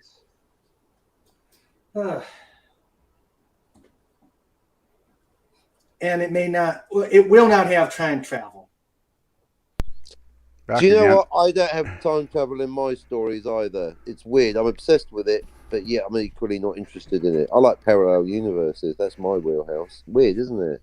Well, mine, I don't want to spoil too much of mine, but Well, I'm guessing it's got dolphins in it. Oh, it has dolphins in it. Okay. Tiger Stripes. It is. Got Tiger Stripes in it. Tiger Stripes. I'm putting YouTubers in my. Actually, I have an idea. I have an idea for Tiger Stripes. Oh, a lot of these YouTubers, they're characters that write themselves. Oh, Scotty R37, he's already in it. Yeah. Obviously, I'm a self-insert. Tiger Stripes. It's for right now. It's going to be a rewrite of the third book. See, it's really key to plan these things out. Mm-hmm. I'm with PJ maybe. I only brought it up ironically, but it backfired. PJ maybe. The irony was dropped and the sports were picked up. Silly me. I should have said, how about that time travel? Or, hey guys, do you think Deckard's a replicant? Oh well. I'm kidding about Deckard. It's been 40 years. Shh, no, zip it. No, zip. Over. That conversation is done. Zip. Hello? Phew, right. she's back. Hello? We weren't going to You start back? talking about Deckard. It's fine. That conversation is over. I'm glad you're not trying to rewrite the second book, because that's supposed to be in editing. No, the second one's out. It's Oh, it's out. already out. You can't. Oh, right. You can't. The third one is out. Don't go all George Lucas. Don't do a Third special one is edition of going the to second be- one. The third one is in editing, but as I told the others, I started writing a fourth, looked at it and said, this looks better on third, and I still need to flesh. And so I'm adding things to 3. Jill, I'm already calling it Winds of Dolphin. Winds of Dolphin. Yeah, I like that. That's the project name, Winds of Dolphin. It's 3 more months now, but you wait. 33. The Red Sox will be back again doing the World Series. Come on, Raymond. I just had a new idea. The whales come back. I'm almost ready. Yeah, come on, Raymond. Well, in this case, these dolphins do fly. Yes. Yes, indeedy. So PJ Maybe says, I dislike sports, all of it. All of it. All of it. All of it. I feel like I'm with my Even best friends here. Quidditch. Quidditch. Quidditch. J.K. Rowling made Quidditch to troll her boyfriend. She made the snitch a ridiculous scoring device to make him mad. She knew it was kind of crazy to make catching the Quidditch be the end of the game, and the game doesn't end until you catch it. And when you do catch it, it's like, I think it's 300 points or something crazy. So that, whoever catches a snitch usually wins. Makes about as much sense as rugby league, am I right? I don't know. I don't know. I used to love watching sports, but I haven't watched any sports in like over a year. I just kind of lost interest in it all. Yeah, exactly. Well, I mean, I never liked it to begin with, so I can't tell you. Oh, I used to be like big time into hockey. Like, the Vancouver Canucks were the team, that I used to watch all the time. But I haven't watched them in like 2 years now. I don't know. I just lost interest, even though they still got a pretty good team. But they haven't, been to the Stanley Cup in a long time. So maybe that's why. Mm-hmm. But yeah, I used to watch Canadian football here. We got the BC Lions. They've actually won the big championship a fair number of times over the decades. But yeah, it's just weird, isn't it? How you just kind of lose interest in things sometimes. Mm-hmm. That's true. You grow and change. And Yeah. iWalks in the chat says movement is key. Welcome to the chat, iWalks. Yeah, moving is good. if you keep moving, that's a good sign. Yeah. And Hakeem says, I don't understand sports. Me either. You just got to get. It's like anything. If you get into it, you get into it, right? It's like, I mean, I never used to understand. I had no idea what the hell baseball was about, and then it was like back in the '90s. Suddenly, I really got into it. It was like, wow, this is great. Yeah, and every American kid knows baseball because when you're in school, that's the one that they throw you out in the field. Yeah, and just make you that's play like your sports school. religion down there, isn't it, Jill? Basically. It's like hockey is up here. Mm-hmm. It's like every kid wants to be either down there a baseball star or up here a hockey star, I guess. Well, I was pretty good at hitting the ball, but once I was having to do offense, I was just picking flowers in the outfield. Okay. Okay. Yeah, I was never really great at any sports, really. Yeah, they put the right fielder is usually the person they don't want to have any impact. I was always in the right field, just going. Yeah, and that's how I felt. I felt like they don't have me in the game, so what's the point? I mean, the ball comes over here, it does. If not, I've got a bouquet. Yeah. And Tiger Stripe says, as I understand it, there's usually a ball involved. Yes, and also kicking, maybe. And unless it's hockey, then it's a puck.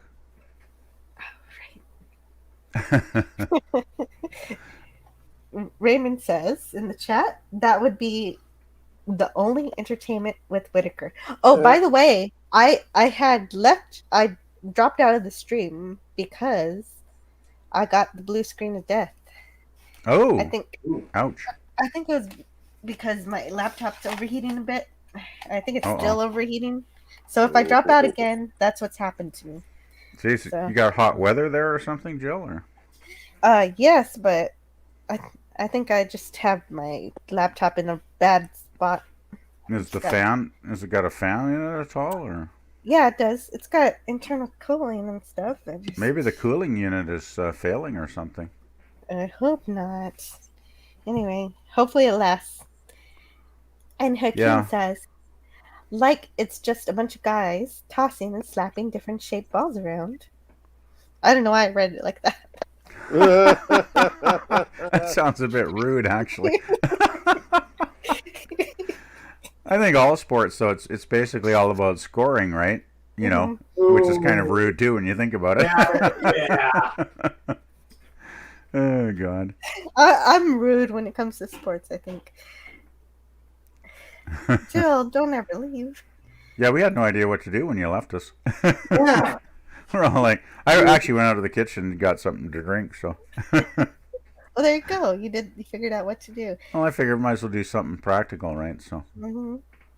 And pop culture curator wonders to Dalek, is your brother Dalek 452? Yes, that is exactly. No, it's 483 is lower than 451. Oh, can I mention an interesting channel I discovered like a month ago? Do you mind, sure. Jill? Go ahead. No. Yeah, there's these two young guys. I'd say they're probably, I don't know, maybe around 30 or something, you know. And they started doing TOS reviews like maybe a month or two back, and they've just finished doing all of season 1. And the reviews are actually pretty good. Like, you know, I mean, they have a lot of fun watching it, you know, and they have a lot of laughs, but they actually, you know, take it pretty seriously, and like they really enjoy the series, because neither of them has ever seen, you know, the original Star Trek, right?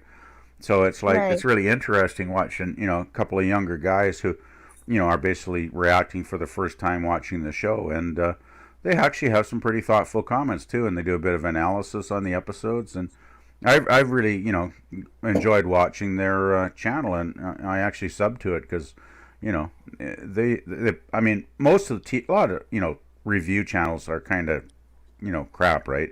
Basically, you know, they don't really analyze things very well. But these guys actually do a pretty good job of it, and they're actually fun to watch. And so it's the channel's called The Target Audience. All right. Is the name of the channel if you guys want to check them out. And yeah, definitely. I think they're worthwhile. They just actually did a summary of their favorite episodes from season 1 earlier this week. So yeah, they're definitely worth checking out, because they're going to start season 2 probably next week. And I imagine, you know, with Amok Time and Doomsday Machine and Mirror Mirror, they're gonna have some pretty interesting episodes coming up. So very cool. Anyway, just wanted to mention it. Oh, speaking of Doomsday Machine, I caught a really short fan film yesterday. It's called Doomsday, and what it does, and it was really good. Acting could have used some doing, but it actually does the last the battle between the Constellation and the Doomsday Machine. Cool. And it was done really well. What's the channel called? Oh, I forgot what it was. It's called the Neutral Zone. Neutral Zone. Oh, cool. Okay, I'll have to check that out. Channels today. Yeah, it's called Doomsday, and it's only about 11 minutes, but it was a very well done what if. You know. I see it. That sounds really cool. Oh, it's a real fan film. That's cool. Yeah, it's a fan film about the battle with the Doomsday Machine. That sounds awesome. Potato Reven. Peekaboo! Hello. Hey, Spock. Potato. Potato Reven. How is everyone? Hello. Doing okay. Doing okay. That's good. Oh, excuse me. How are you, Jill? Oh, I'm doing great. I'm just looking up all these great Star Trek channels I never heard of that are being recommended. Yeah. Oh, there's one you should check out. He's got like 79 subscribers in that. Tokyo Trekker. He's started doing like oh yeah, basically panel. Yeah, I've seen him on your channel. Yeah, he's a good guy. Yeah, I ran into him. He's a good guy, but I'm live with Dalek later. Talking about the Orville and that. So. Oh, right. Today, right. That's today, isn't it? Cool. But yeah, then after that, Tokyo's going live. He does a what does he call them? Town hall. That's it. A town hall. Well, that's very nice. Yeah, where he has this panel, and then if people want to ask questions, they can come on, and he keeps it moving. So this is his third town hall.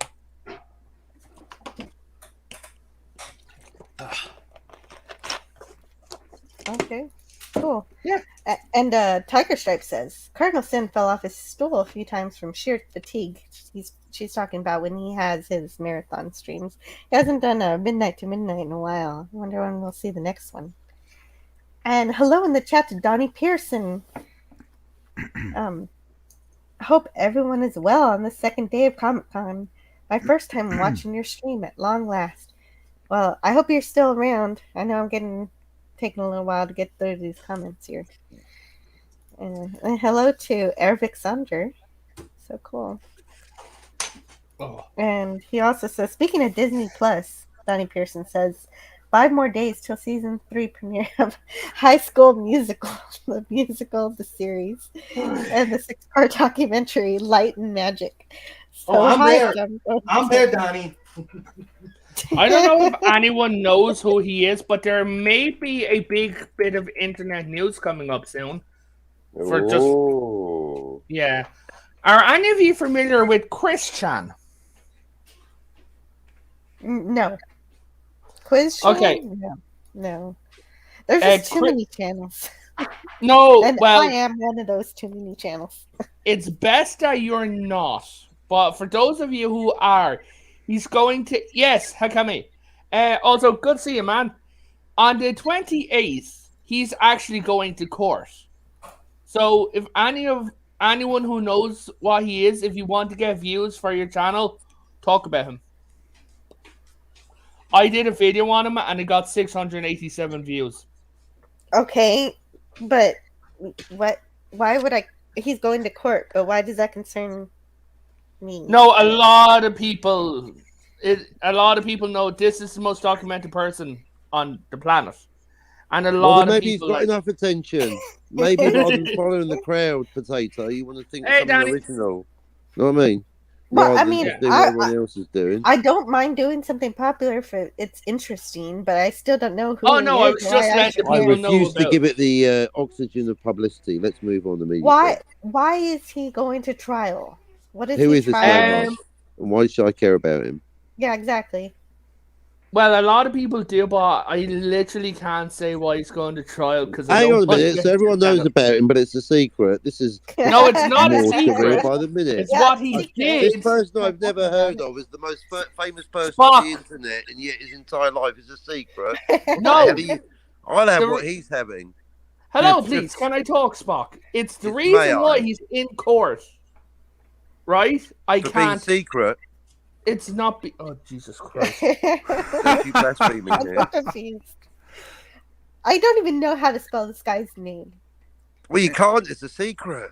It's like the whole Johnny Depp trial thing. Like I had no interest in watching that. Okay, I read. And I know who he chat. is. Nobody say. That's the difference between you and me, Johnny. You're a baby. Okay, nobody Jill, you can see why I literally can't say it on stream. Okay. It's a see, I secret. definitely I use don't want to pledge and talk about donate. that on my channel. No, I use pledge and donates anonymously. I have no interest in court trials with people I I've don't got know. no interest in the Boston Red Sox, but well, I thought it was going to be something fun. I'd rather watch a Mariners game, actually. Well, I'd rather watch Jodie Whittaker.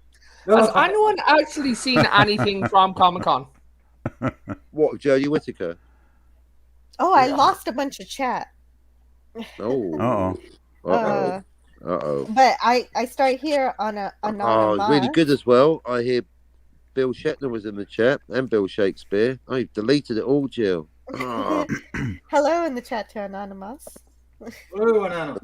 I know I must have just cut y'all off. Y'all were saying something interesting, but I got distracted. Sorry. Shiny thing. Okay.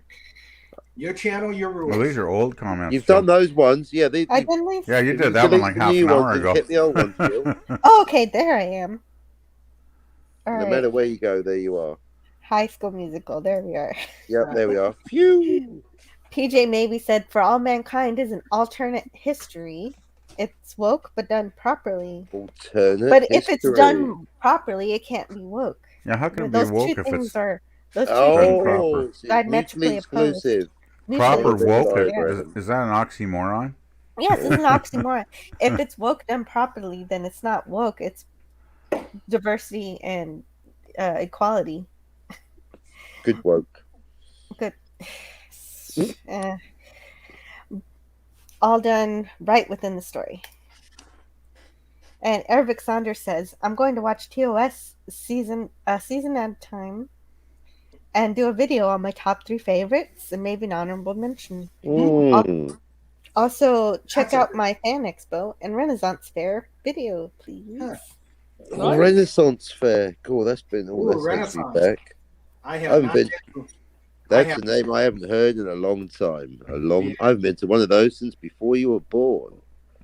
I haven't gone to one in a few years, mainly because of that which will not be named. Mhm. We can name it Neo-Nazis.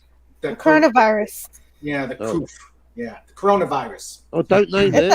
like No, you're not old supposed to say news. Now, Yeah. Oh, no, he said it. That plus the distance. I mean, 2 hours to go anywhere. hmm Yeah. Okay. Rick Saunders is doing well. Good news. And Donnie Pearson is doing amazing. Amazing. Not just well, amazing. Wow. Yeah, well, he's doing amazing because he gets a Power Rangers and Ninja Turtles comic book crossover. Not bad going. Avon lives. Amen to that. Avon All right. lives. Blake 7. You, Villa, you're expendable. I'm not. My bot is lazy today. Lazy bot. It's been like that. Yeah, I never go more than 12 hours. 4 hours is my limit, Tiger Stripes, unless I do Doomcock Friday Night Frolics mod. Right, because we could be upwards of 8 hours if, depending on what the night is like. The first 8 hours are always the toughest. Donnie says, I don't mind criticism over High School Musical, to be honest. After all, it's one of my favorite streaming shows. I'm glad you enjoy it. Honestly, I've never seen it. Potato Reven says, hello, Jill. Hello, Potato Reven. Even though you're right here. Hello. That's time travel, Captain Cockney. Right there. Captain Time. And was that to the past or to the future? Could be to all points in time. Oh. Yeah, right. Like that. I'm responding to people in the past. Eric Saunders says, oh, sorry.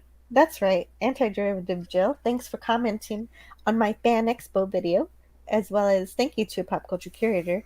Check out my next Renaissance Fair video.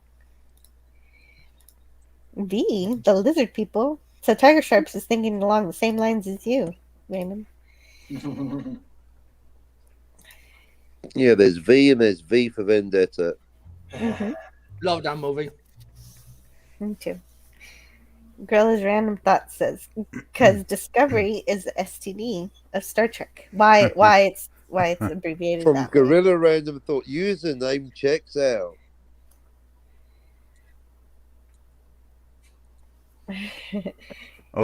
Even Donnie Pearson says, I must confess, Discovery and Picard are so to me. And from Donnie Pearson, that is a devastating review. I hope Donnie never gets in a conversation with Raquel. Oh, I'd pay money for that. Seeing how Raquel hates those shows so passionately, that would be entertaining. I've got $10 right now. Make it happen, Jill. You know, I bet Raquel would just. She's always welcome on here. I came up with the preferred thing after all of the Good Trek is done. Do a special mini series on doing nothing but savaging the filth. That would be entertaining. I bet it would get a lot of views too, actually. But I would have to suffer for it because then I'd have to watch it. Everybody's got to do some. Everybody's got to make some sort of sacrifice. Mm-hmm. You're right. Yeah, if you never suffer, you don't know when the good times are there, I guess. So yeah, but I think that would be a great thing. Great mini series is just savage the filth. That would be a lot of fun, actually. Yeah. I mean, with all our comments and wise sayings during the regular series, I can imagine what the reviews will be. Yeah, but that's never going to happen on Clobby's channel because he's not going to be doing it. I know that, but yeah. it would be a great thought. Someone else would have to do it.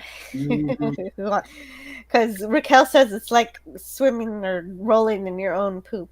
It's basically how she describes it. Well, yeah. Yeah, it's I- pretty bad. she makes it sound really, really bad. Just to hear Raquel rant about it would be worth the time. Oh, Raquel has some epic rants. She's one of the best ranters on YouTube, really. She really is. If she did watch it, she would have the best reviews. Yeah. Oh man. You know, it'd be a great rant fest if you got Doomcock, Mexican Ironman, and Raquel all tearing into something they hated on the same channel. Like, I can only imagine how good that would be. Make them all watch Star Trek Discovery. Oh, that would be epic.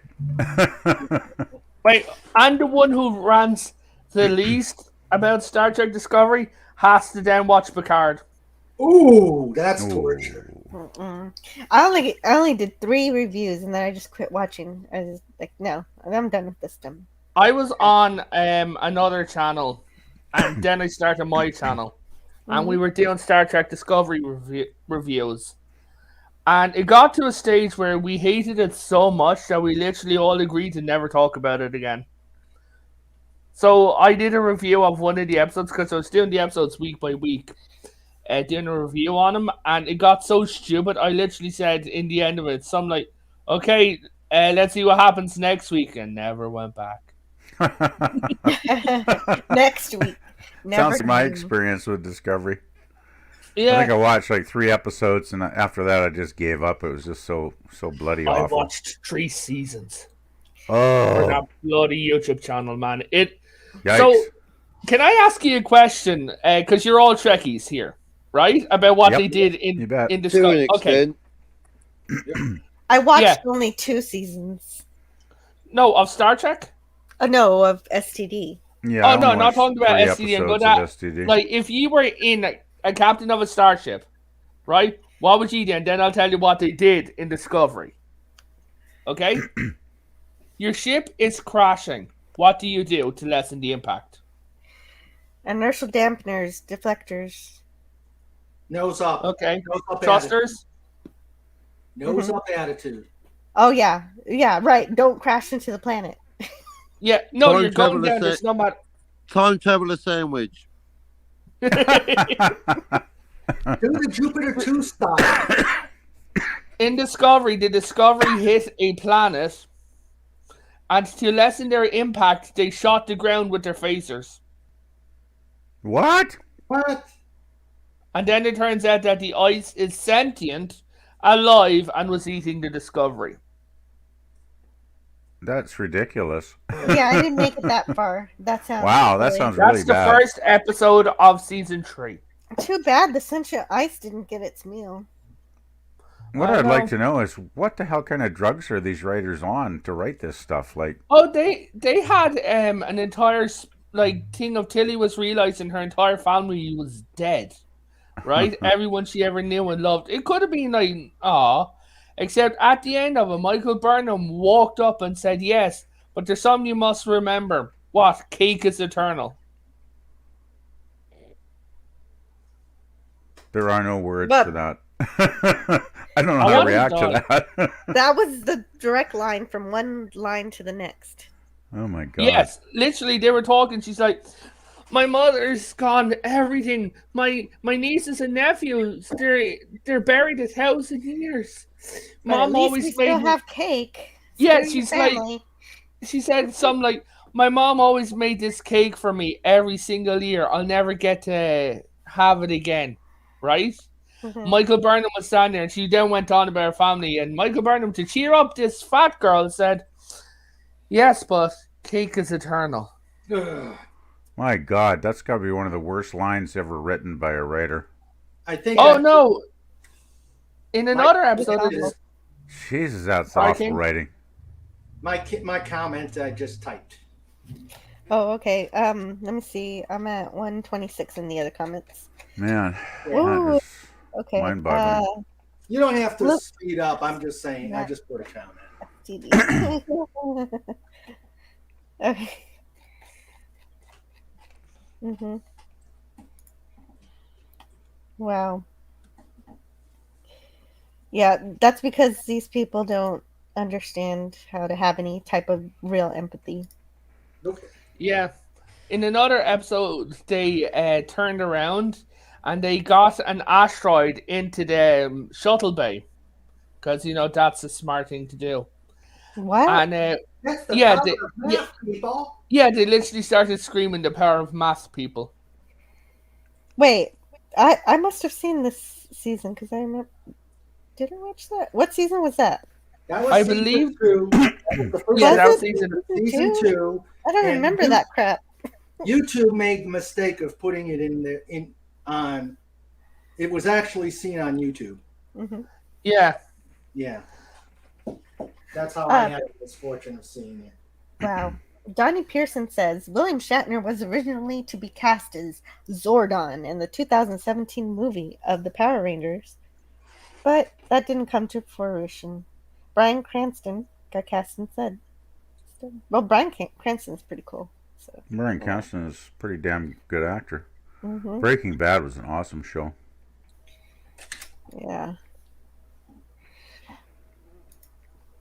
You know the weird thing about Bryan Cranston though is like, remember that, what was that show he played a dad? It was like some silly comedy series. Yeah, Malcolm in the Middle. I mean, I never really got into that show, and I didn't think of him as like a serious actor then, because doing a silly comedy. But man, when he started doing Breaking Bad, it was like, wow, who is this guy? Like, this guy is amazing. Like, and he actually had some good acting in Malcolm too. He probably did. I just never watched much of it because I just, I guess I wasn't in the mood for silly comedies back in those days. But yeah, he's one hell of an actor. You know who I really, really think though is who played Jesse Pinkman? That was in Breaking Bad. Oh, I can't remember the actor's name now. I have a weird reference from Breaking Bad that might interest you. You know The Walking Dead? Uh-huh. Breaking Bad and The Walking Dead may be in the same TV universe because the car from Breaking Bad, the exact car, was in it, and in the passenger seat was blue meth. Okay. And they reference some like, I got it from a bald guy with a hat on. Interesting. Well, you never know, eh? Obviously, the writers who wrote that must have been making a reference to the other show. They must have enjoyed the other show enough to actually write those lines, right? So that's cool. Well, they both work for the same channel as well. Wow, I never heard that before. That's cool. Mm-hmm. Yeah, I think Breaking Bad is probably I guess there's a few other shows that have come out since then that were really, really great, but I think it probably is one of the great shows of all time, really. Yeah, for Breaking Bad, I actually with friends had a final party where cool. where we had fried chicken, and all the different foods that were on the show. And wow. I bought some blue rock candy. Gosh, lucky you! I wish I'd had a watch party in the final one. It was pretty fun. That final episode was pretty intense too. It was good. Donnie Pearson has a Pike's uniform shirt and a Starfleet pin and stuff. And Tiger Stripe says, Captain Spock, have you read the first 2 books of William Gibson's latest trilogy, Time Travel? Oh, no, I didn't. I was ignorant of such a thing. I've got such a long list of things I've been recommended. Oh, took me 35 years just to work out Back to the Future. Thanks, Tiger Stripes. I'll add them to the list. Wasn't William Gibson? Wasn't he the guy that created the cyberpunk thing? If I'm not mistaken. One of the big, Burning Chrome, Mona Lisa Overdrive. He was a big hit. Right. Yeah. I mean, he in turn was inspired by Blade Runner, among other things. Right. I remember that. Yeah. Yeah. Interestingly, I went to the same art school that Gibson actually went to some years before me. Is that the guy who came up with the Gibson guitar? I don't think so.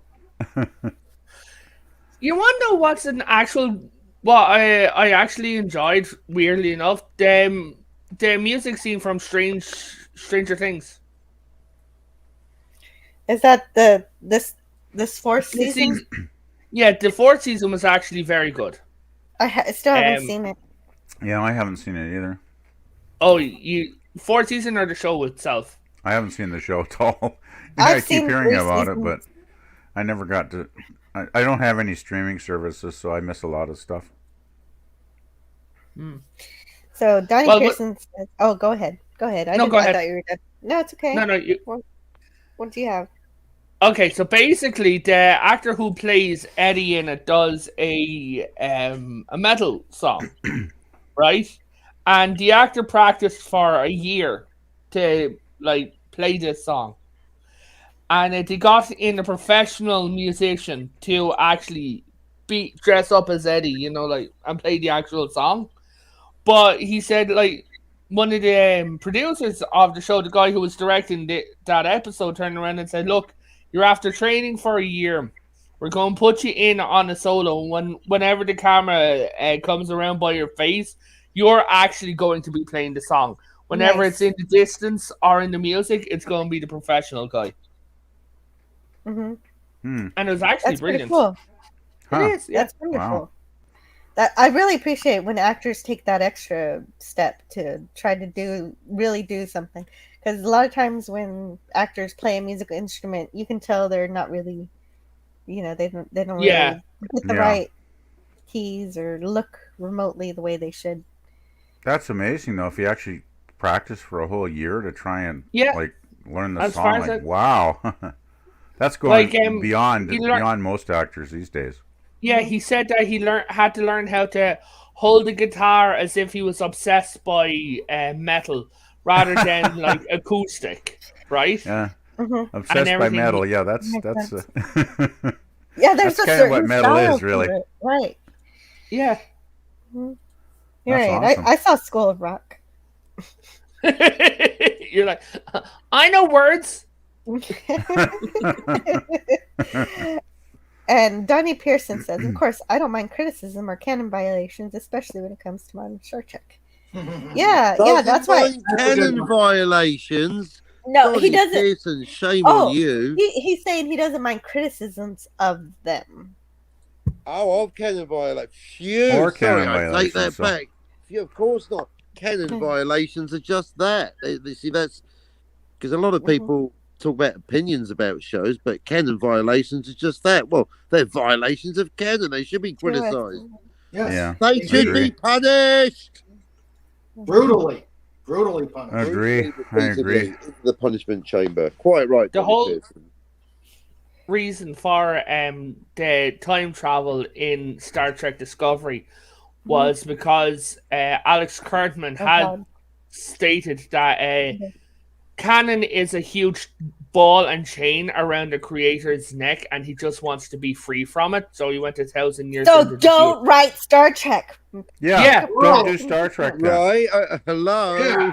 That's such crap. What he said. Then it's like, if you can't respect the legacy of anything, don't have anything to do with it.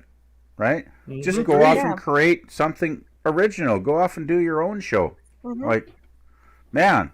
That's just a stupid. But I know thing why. That he said. Because he knows he can't get any attention for anything original because he can't make anything original.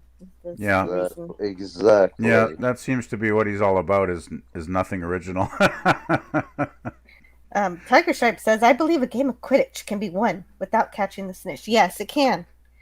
But catching the snitch will end the game immediately. Yes, that's correct. The longest game of Quidditch lasted for 6 months. Yeah, they had to rotate players in and out. Yeah, me and Dalek are actually talking about, because we're getting the Harry Potter games, and me and Dalek were talking about it today, or maybe getting a few different people. We need a Ravenclaw because we have a Hufflepuff, we have a Slytherin, and we have a Gryffindor. Okay, so I'm a Ravenclaw. What game is this? The brand new Harry Potter game, and we're going to be talking Harry Potter lore. You're welcome to join us if you want. Oh, yeah, okay. You want to be a Ravenclaw? Well, I want to be. I was born a Ravenclaw. I don't know what you're talking about. And I was born a Slytherin. Me too. Yeah, no, that's pretty clear. Slytherin all the way. But I mean, I'll take as many like Potter nerds as I can, like if I can fill an entire panel. I mean, if it's on a good time for me, I don't know. The thing is, it's not like this where I'm pushing out as fast as I can. I can work with people's times. Okay. So as long as 2 hours. Okay, send me some DMs and we'll talk about it. Yeah, Talk about the Harry Potter over there. Yeah, because I like that too, but a lot of people don't want to talk about it, so I just never mention it. Okay. Donnie Pearson says Wrath of Khan is my number 1 TOS movie, and First Contact is my number 1 TNG movie. And Actually, I'd agree with that. I'm surprised. Those two are my I agree favorites with as Donnie. I feel like it's gonna rain today. well. Dalek says it's 150 points for catching the snitch, Joe, and yes, it will end once it's caught. And Donnie says, he's doing well, is what that means. Speaking of the motion picture, I pre-ordered the complete Journey box set. That does include all 3 variations of the movie, including the special longer version. Okay. Awesome. That's pretty sweet. And it's 3 books that Raymond's doing a second edition. Ooh, a second edition. Nice. Why are you doing a second edition? Because just on the prologue that we read, I found some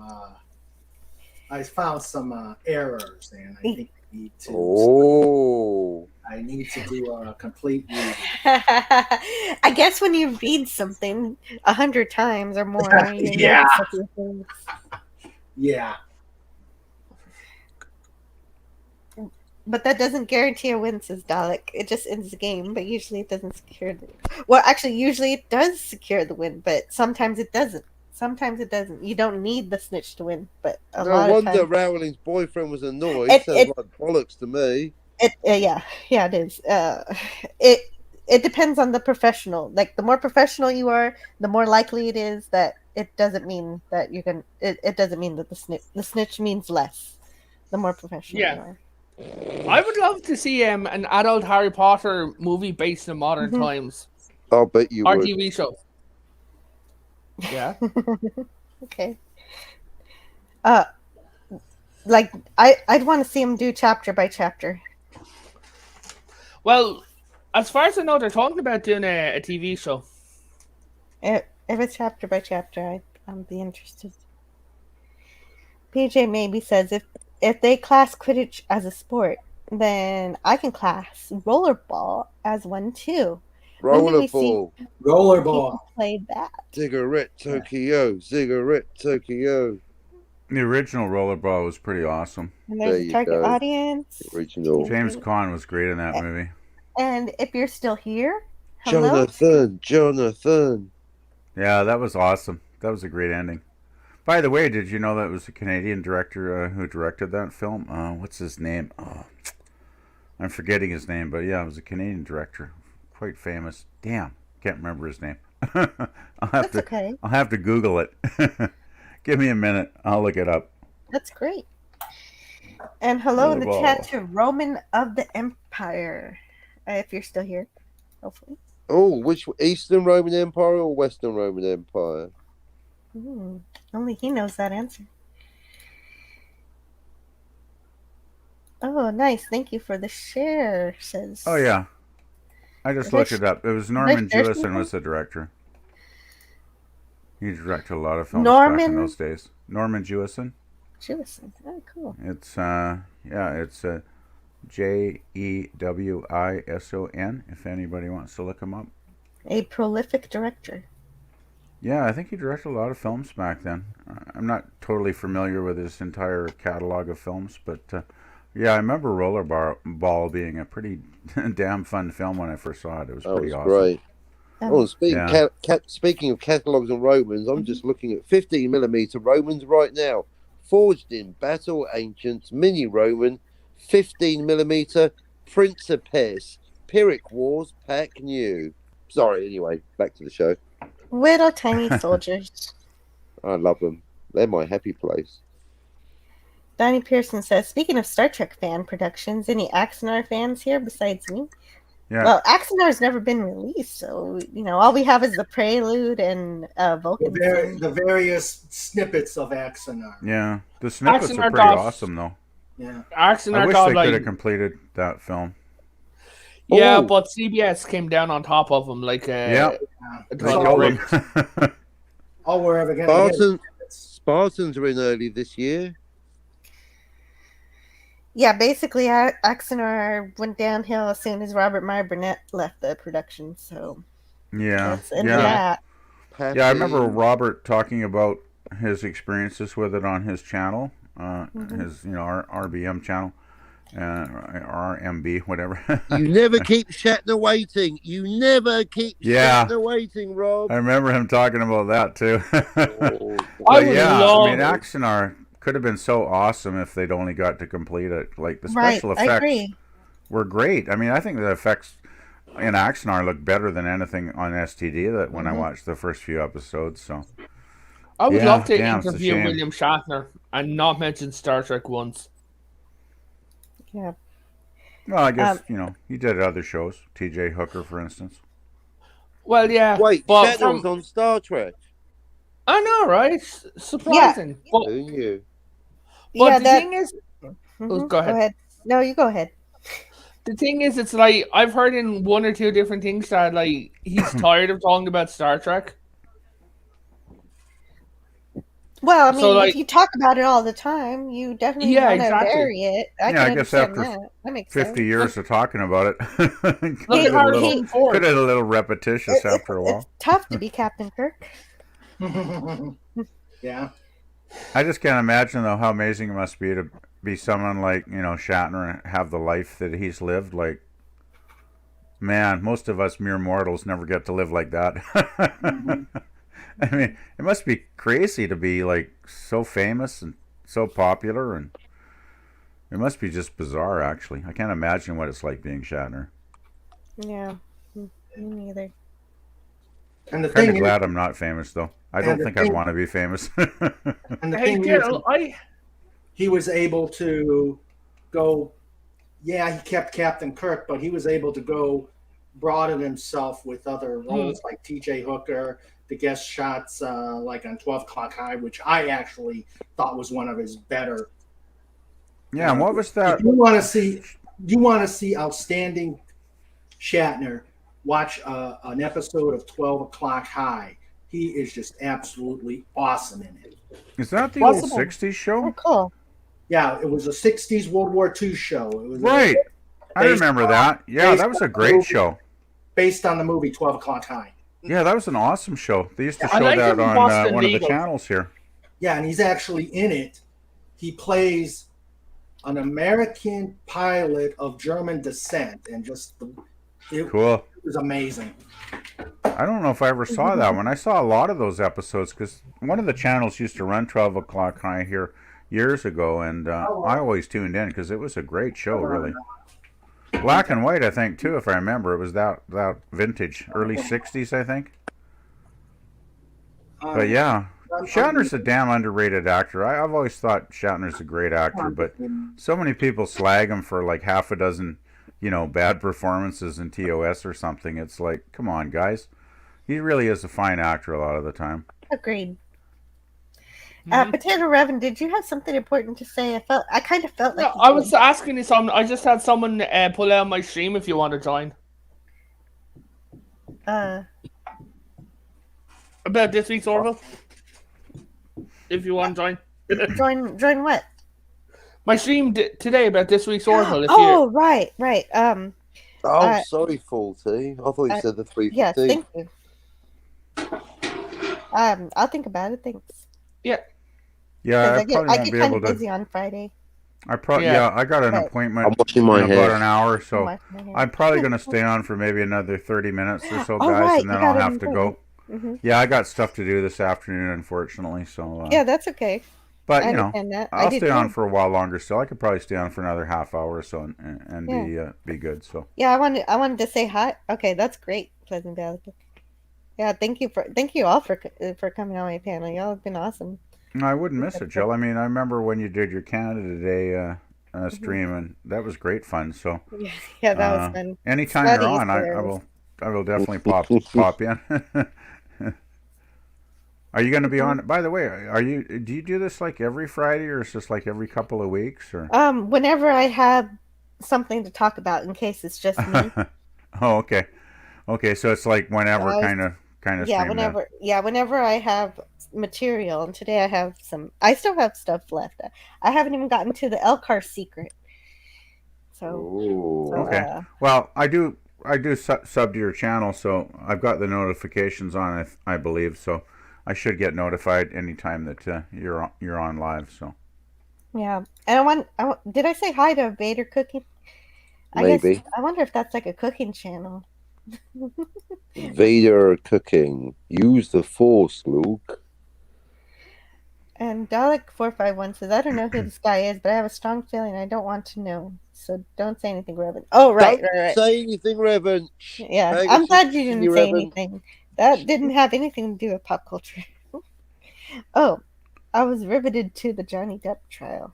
Yeah, certain elements were, I use pledge and donate synonymously. Well, that will explain a few things. Apparently, Amber Heard is meant to be trying to go back into court again to get the conviction overturned. Oh, jeez. Yes, because she lost. Why don't they just let her rest? It's like, I just don't get people that just can't leave their past behind them. Like it's over. Like, move on with their lives, folks. So basically, she wants to lose more money. Yeah, well, she pledged money. See, she used pledge and donate synonymously, and we can't have that. Well, didn't they award Depp like $8 million or something? In they damages, awarded Depp basically what about $15 million. UCLA? When are they going to get their cut? $3.5 million to them. What about LA Children's Hospital? She used pledge and donate synonymously. They are not. She pledged the money. She did not donate the money. Where's the fucking money, Amber? Where's the money and the VIG? You had a bad week. Fuck you. Pay me. So they awarded Johnny Depp $15 million. Okay. But due to the caps of the court, it could only give him $8.35 million. Okay. Yeah, I remember it was plus around $8 million. $3.5 for UCLA. What about their cut? When are they going to get their $3.5 million? She plays that shit. So Amber Heard is paying for her. Didn't she? Allegedly. She's paying for her law team. With an insurance. From her house. Insurance won't pay out because it was malicious. So she should have read the maliciousness clause. So she's fucked because now she's fucked legal team. Well, did you hear what happened in Australia? Her legal team got fucked by the insurance company. She fucked herself basically. Yeah. Yeah. Wow, y'all should know a whole lot about this. Oh yeah. That's why I don't pay attention to this stuff. I used pledge and donate synonymously. But sitting here today, have you coughed up any of that money that you promised? No, I fucking haven't. Right, guilty. Yeah, well, Johnny will never see any of that $8 million, I'm sure. Well, she's pledged it. No, but has she actually got any money? So what's going to happen is they're going to take every single thing that she owns. She said. I was going to pay it, but Johnny sued me. No, Johnny sued you because you didn't pay it. It's not like Johnny needs the money anyway, though. No, so she's got about $2 million in the bank, right? Which leaves her own. What it is, she sued. In fact, I just thought, do you know what? Actually, Tiger Stripes, you're right, because I've been playing it again in my mind. When she said exactly pledge and donate, and then she said no, I couldn't. I was going to pay it, but I couldn't because Johnny sued me. And I thought, no, hang on a minute. You could have paid it because you sued Johnny. She sued him for divorce. She got $7 million. She said it wasn't about the money and that she gave the money to UCLA, half of it, $3.5 million, and the other half to LA Children's Hospital. That was a fucking lie. They haven't seen a penny. So I just thought I personally like to watch people bullshit and get caught out on their bullshit.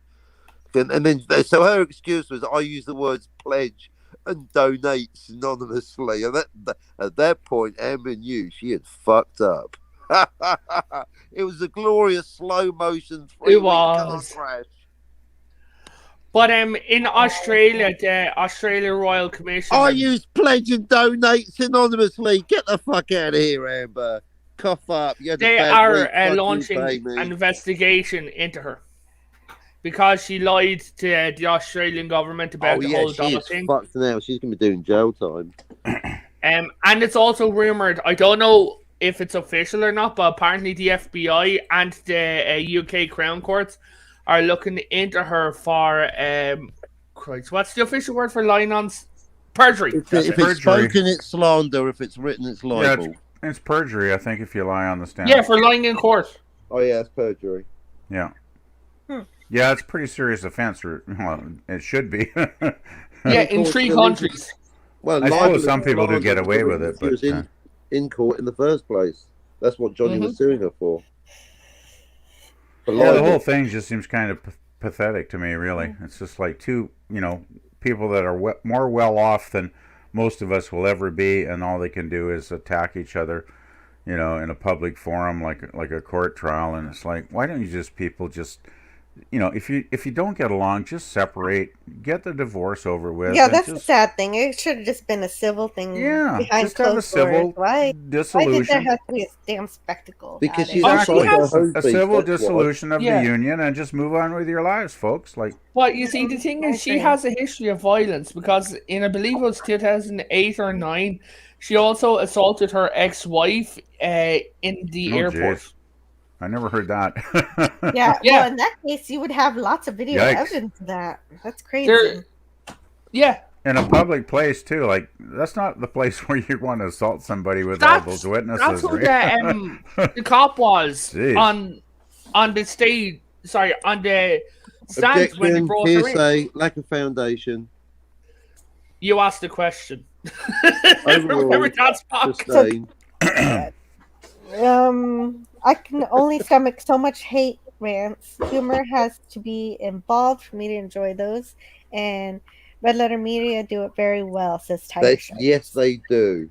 Yeah. Another channel that does hate rants really well, I don't know if you guys have watched him, you probably have, is The Critical Drinker. Oh yeah, the Critical Drinker's great. I love that guy. Yeah, he's hilarious. Like, usually his reviews are like pretty much on target too.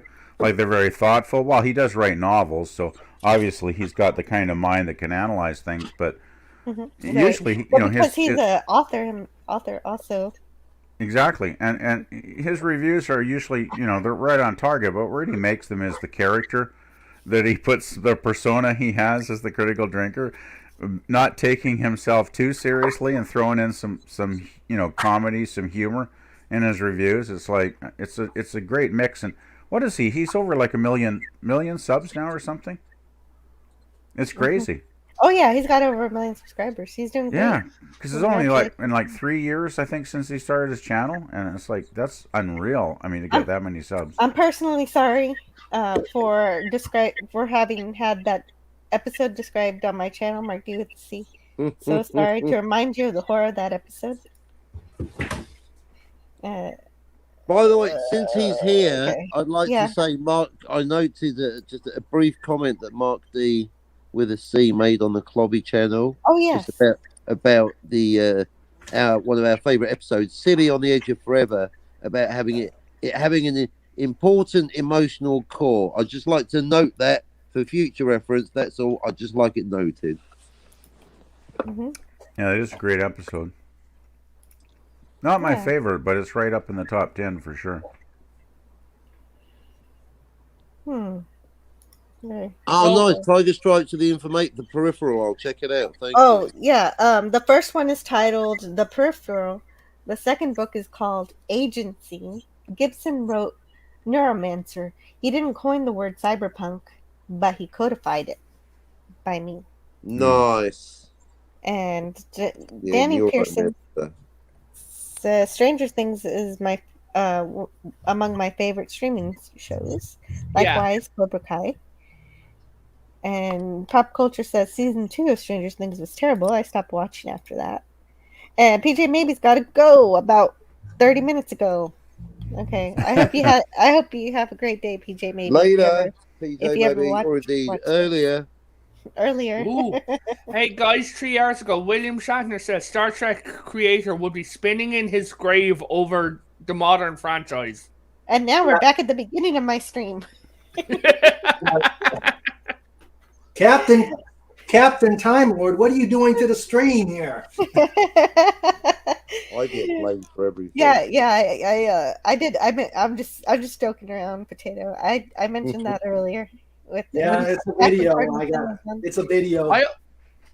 I also have a very weird fact about the Lion, the Witch, and the Wardrobe for you. Okay. So, you know the way that Aslan is not a metaphor, he's literally Jesus.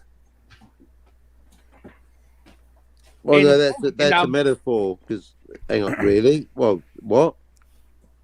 In the Lion, the Witch, and the Wardrobe, Aslan is literally Jesus. Okay? Which No, means that metaphorically, Jesus. he's meant to be. He's meant to be literally Jesus, and not No, not metaphorically. literally, metaphorically. I don't think that word means what you think it means. He's not literally Jesus. He's metaphorically Jesus. But either way, Aslan is Jesus' persona.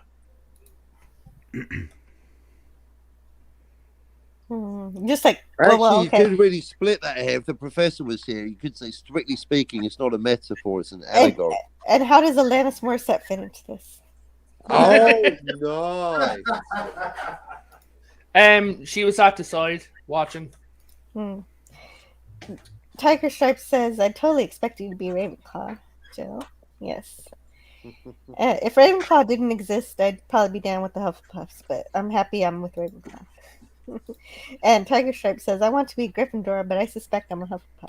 You know what? The hat, takes your choice into account, so you never know. But how does one send you a DM? Oh, the Hufflepuff is the house for everyone else. Right, exactly. That's why if I didn't have one, that's where I'd be. Oh, look, someone's going to send you a Dungeon Master. My Twitter DM is at antiderivative1. Anybody wants to do that? There I am. And Brian Hepburn. Oh, Brian Hepburn is here? When did Brian Hepburn get here? Rollerball is awesome. They just changed the name of live play Quidditch to quad ball. Still going to call it Quidditch. Quad ball? What? Roller Why? Quidditch. Why did they do that? That seems stupid. You're right there, Jill. You're not hitting the bong again, are you?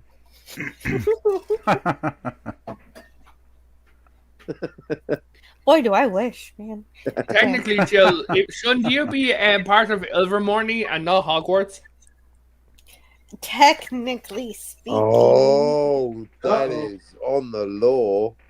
Okay, and I mean, there. if you're going to be splitting that hair, I'm a Thunderbird.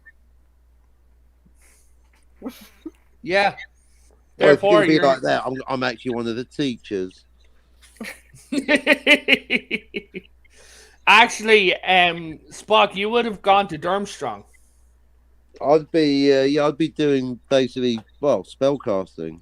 Chaos magic's my speciality, but not yeah, here. well, you'd be in Durmstrang. Well, you're Polish, so you'd be in Durmstrang. That against me. Ja nie mówi po polsku. Ja mów, No, against you. I'm just saying that in Harry Potter, the Eastern Europeans went to Durmstrang.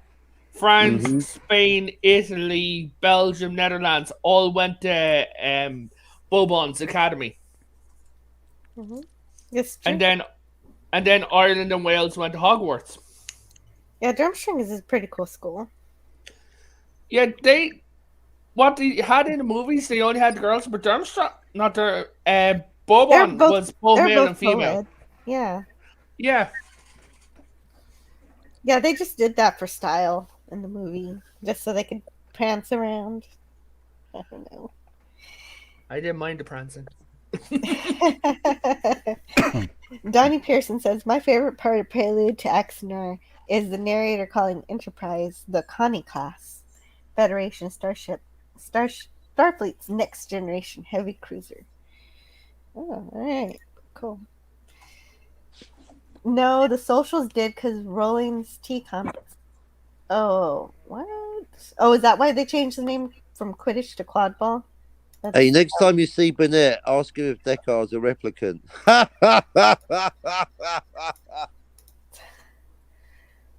Okay, so people aren't allowed to have opinions anymore.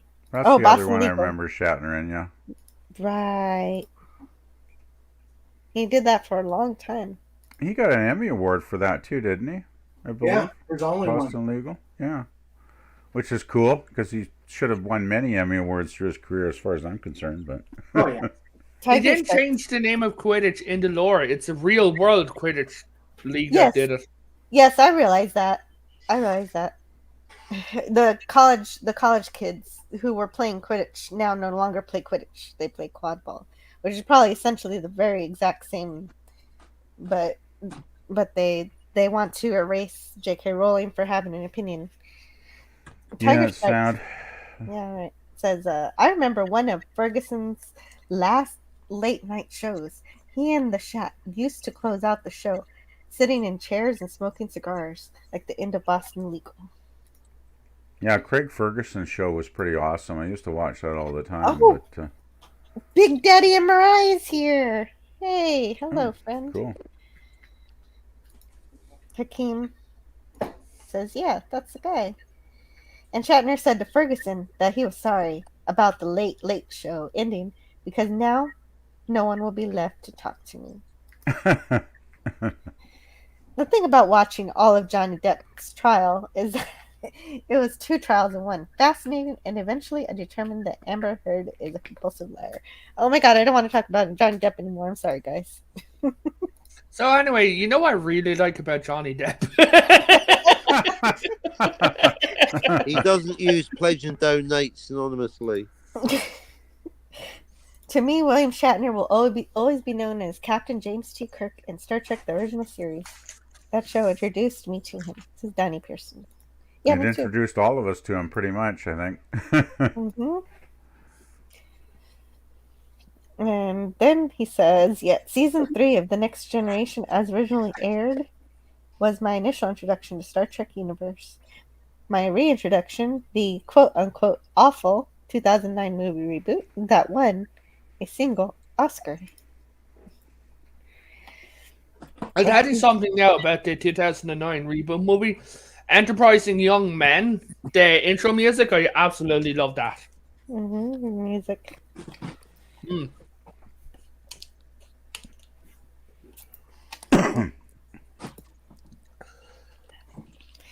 Doing well. I'm talking about, speaking of rants, I have done mine in support of the current Power Rangers showrunner Simon Bennett, says Donnie Pearson. Oh, right. Donnie Pearson has a channel.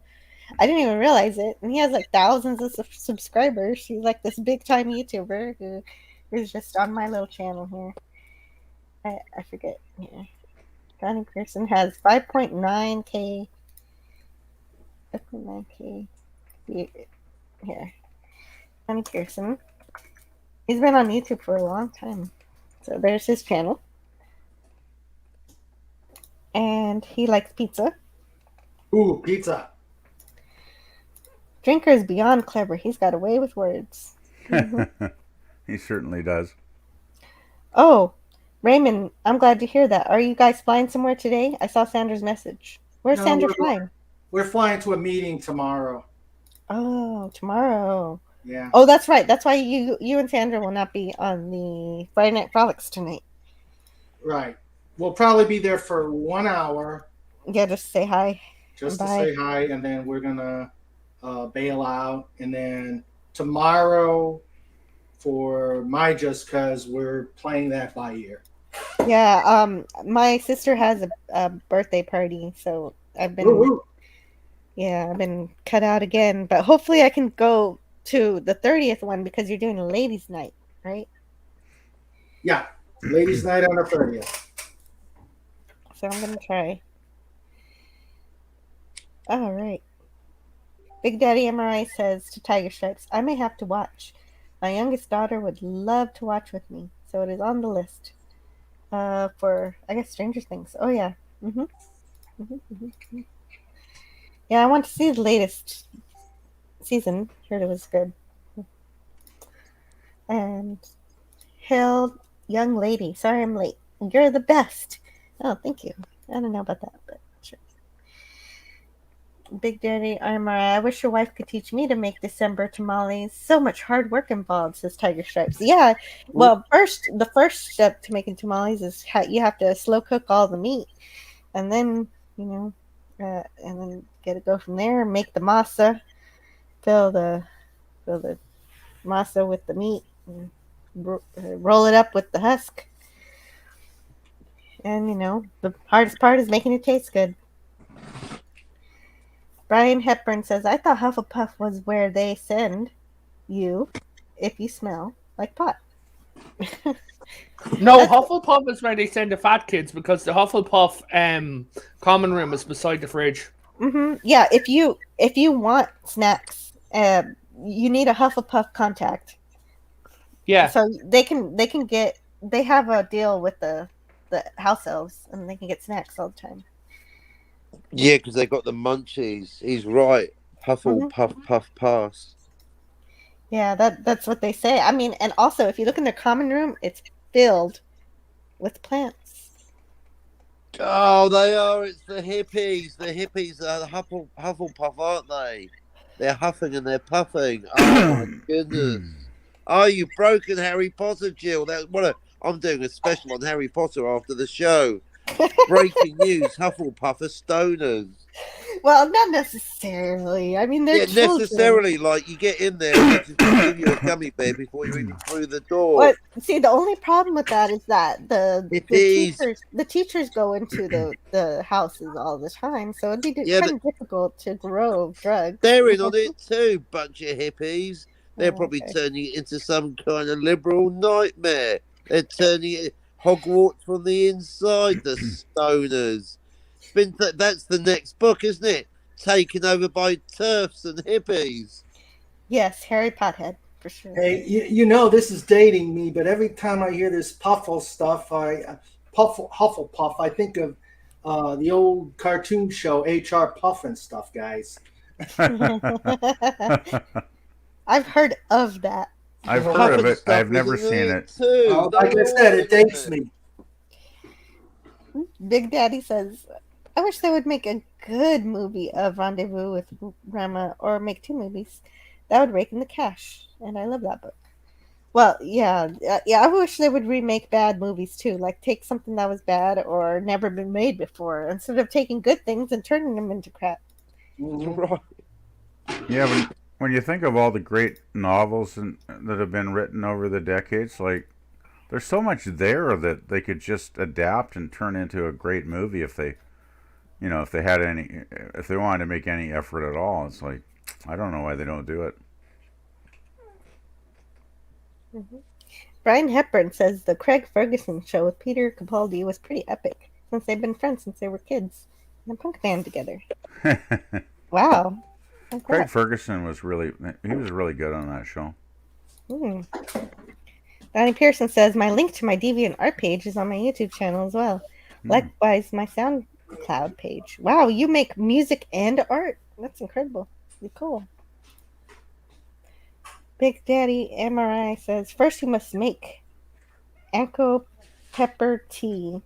That takes 2 days. Then the tea is used in the masa and the meat. It is complicated. I'm getting hungry for tamales now. I never had a tamale. Oh my god, they're so good. To Brian Hepburn, that was one of my favorite Ferguson shows. Capaldi was lit up like a Christmas tree because he'd just been cast as the Doctor. And Donnie Pearson says, my recent SoundCloud upload, my faithful recreation of the iconic Greyhound Lines commercial. Well, I don't know how to sing the song, Go Greyhound, and leave the driving test. So, I don't know how that jingle goes. I've never heard it. Commercial jingle, rather. Cool. Guess I'll have to listen.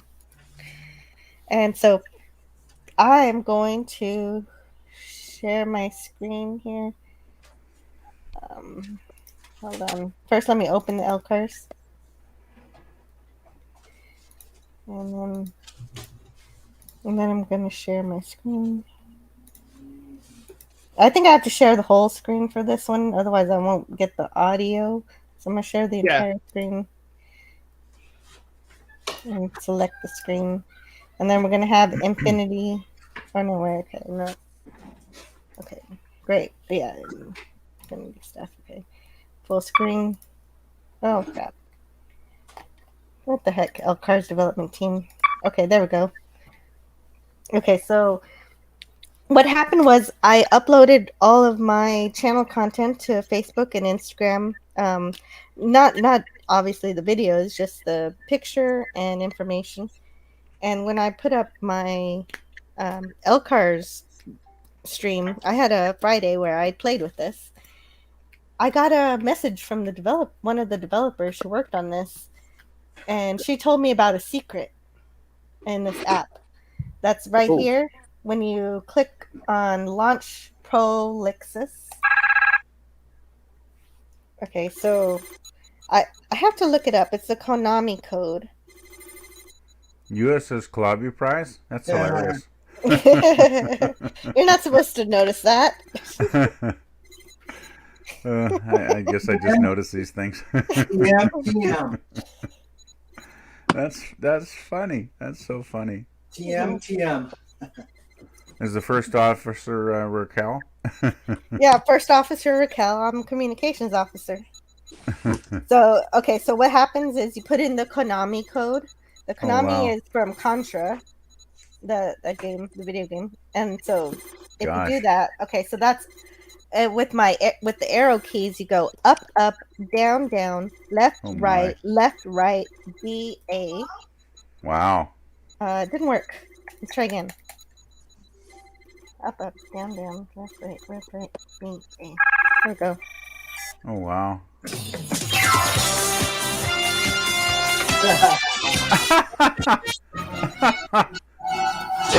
This is awesome.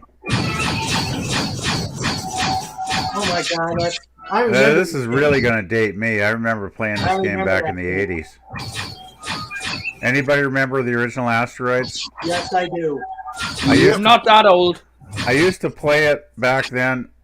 You know, they had the stand-up consoles, you know, the big giant consoles.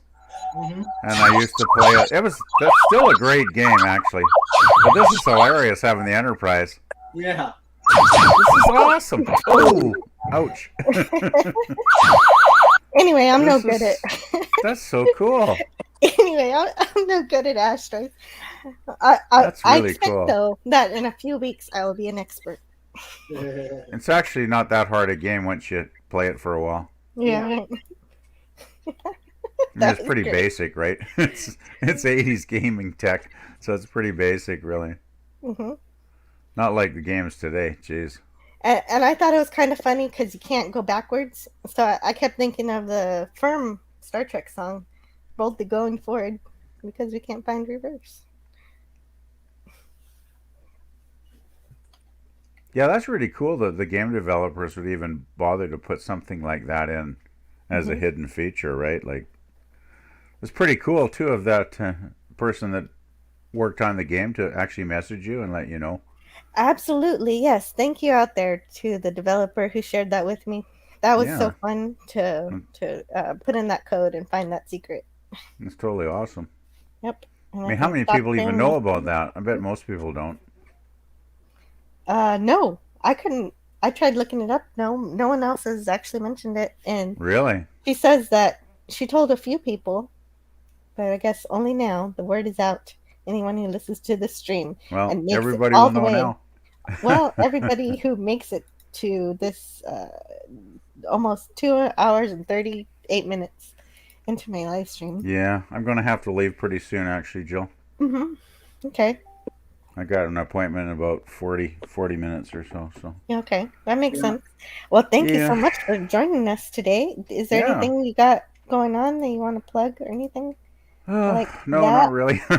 My channel still never got around to putting any videos up there. It's just all my music playlists and stuff that I still add stuff to every week or two. So anybody wants to go check out Pleasant Valley Pickers channel and look at my music playlist. I got tons of music videos on there, so anybody that's into music, go check it out. But yeah, I do need to start doing some actual videos one of these days. But I just don't know if I have anything that interesting, to put up there. So that's kind of why I just haven't bothered. But hopefully one of these days.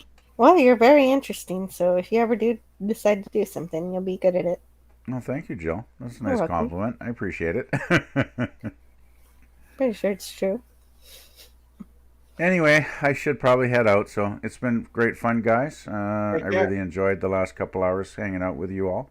Yeah. And hope to do it again soon, Jill. Whenever you're on one of these Fridays, so that'll be cool. Yeah, absolutely. I'll see you next time. Yeah. Okay. And I'm gonna have head a out good now. meeting.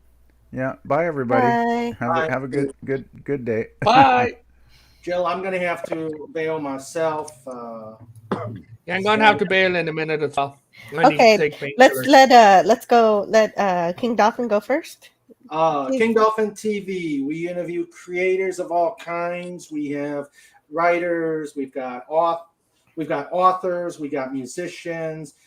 We have artists and YouTube channel creators. We're always doing interviews on Wednesdays, and we also do I call it a variety show on Saturdays called Just Cuz, where anything can happen and usually does, especially when you have polar bears and hedgehogs and other people on. Oh yeah, I was hoping to see Snortopoopus Q-Bird today because I have a video for him, but I could play it anyway.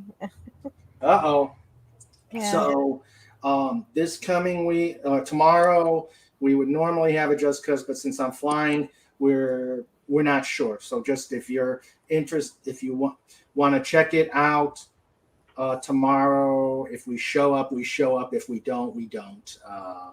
It depends on when we get back. And cool. And next week we're actually going to have 2 interviews in the same week.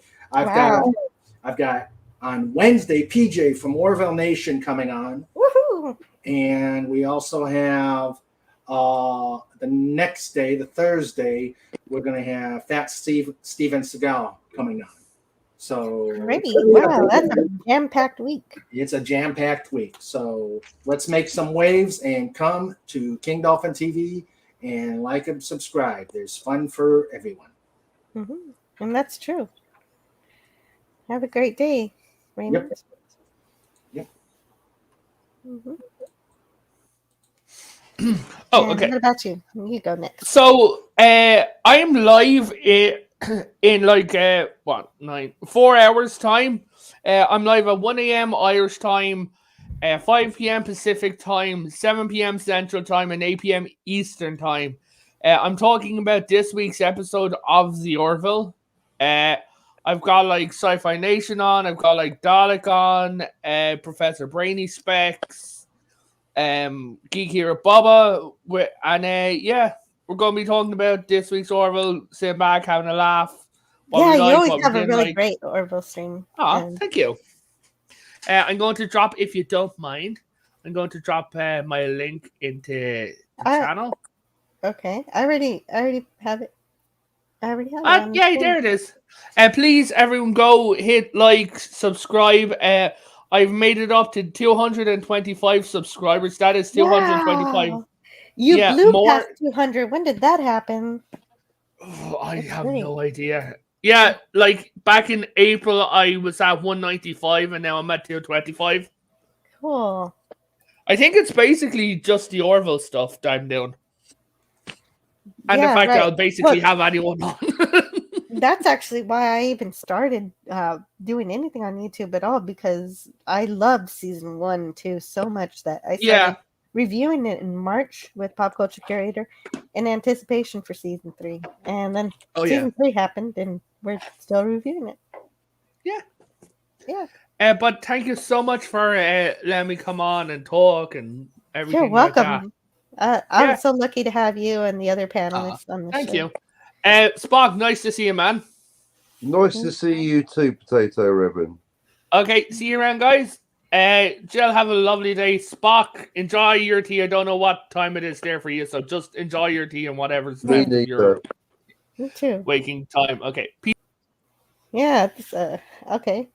And Potato Reven, that's Potato Reven's channel. And also Tiger Stripe says, well, all the kids are leaving the party. I'll say goodbye too. Thanks for the live stream. Take care, chat. Okay, bye, Tiger Stripes. Have a great day. And Raymond is still listening. And Johnny Pearson says, I too shall go now so I can begin my lunch. Thank you all. Be seeing you guys again on a later stream. For others, have a great weekend. Okay, Donnie. See you next time. It was really cool having you in my stream. And 20 likes. Oh, right. I have a poll here going, and Star Trek the original series is winning by 64% to 36%. Yay! Yay! Well, yeah, you're getting your way, Captain. I mean, you know what? Because Pop Culture and I deserve it. Who cares if a million people have reviewed the original series already? We're gonna do it Yeah, we too. want to hear your take on it. Mm-hmm. It's gonna be fun.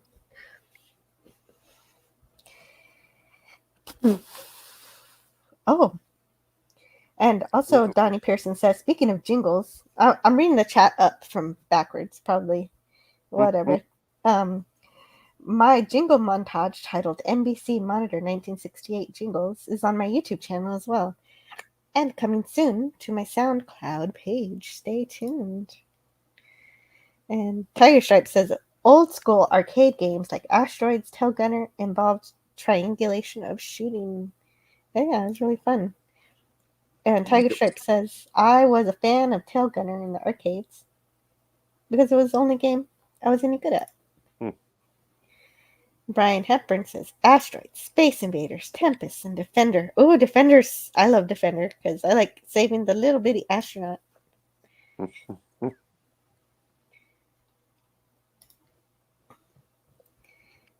see. Oh, to find Donnie Pearson's Greyhound song, search Go Greyhound featuring orchestra led. You know, that's why I love these live streams. I see Donnie Pearson in the chat on Doomcock stream all the time. And I didn't even know he was both a talented with the audio components and an artist, both musically and visually. Visually. That's pretty cool. Mm-hmm. I'm just checking to see if I didn't miss anything, and I think I did. I did it. Yay, up to date. And chill with Cat. Nice. And so now what I want to do is share my screen. Let me share my little screen here. Oh, but I don't have my little slideshows out because my computer crashed earlier. I had the blue screen of death. It did. Mm-hmm. Overheated, didn't it? And I was like, okay, don't panic because you have a full panel. They're going to carry you through while your computer restarts. So don't do anything crazy. There you go. Exactly. It's Grace under fire. Right. The Hitchhiker's Guide to the Galaxy works even at home. Yeah, there you go. Don't panic. Exactly. As long as you got your tail with you, as long as you have your tail, everything is fine.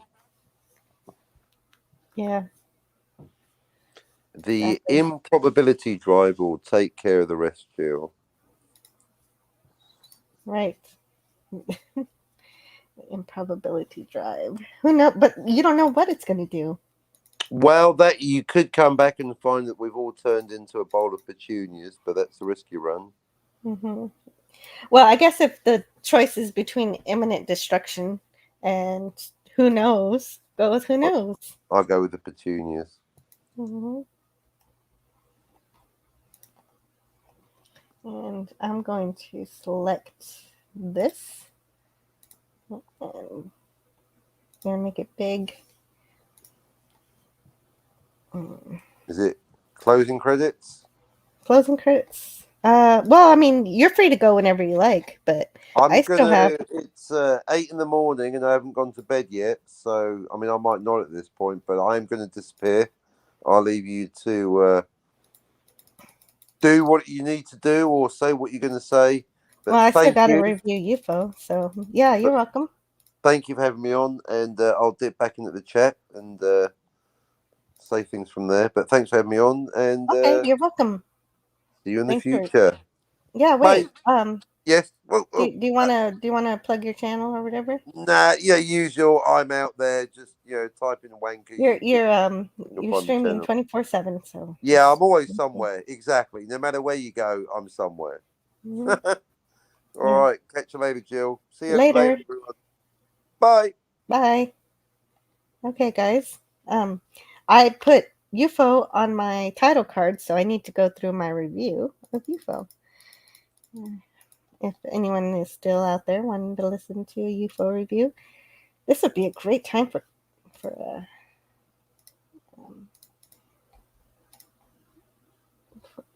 our guest to come on, but let's go through my review. I really love this show. This is such a great show. This is basically this episode is episode 4, Survival, and it's basically Darmok on the moon.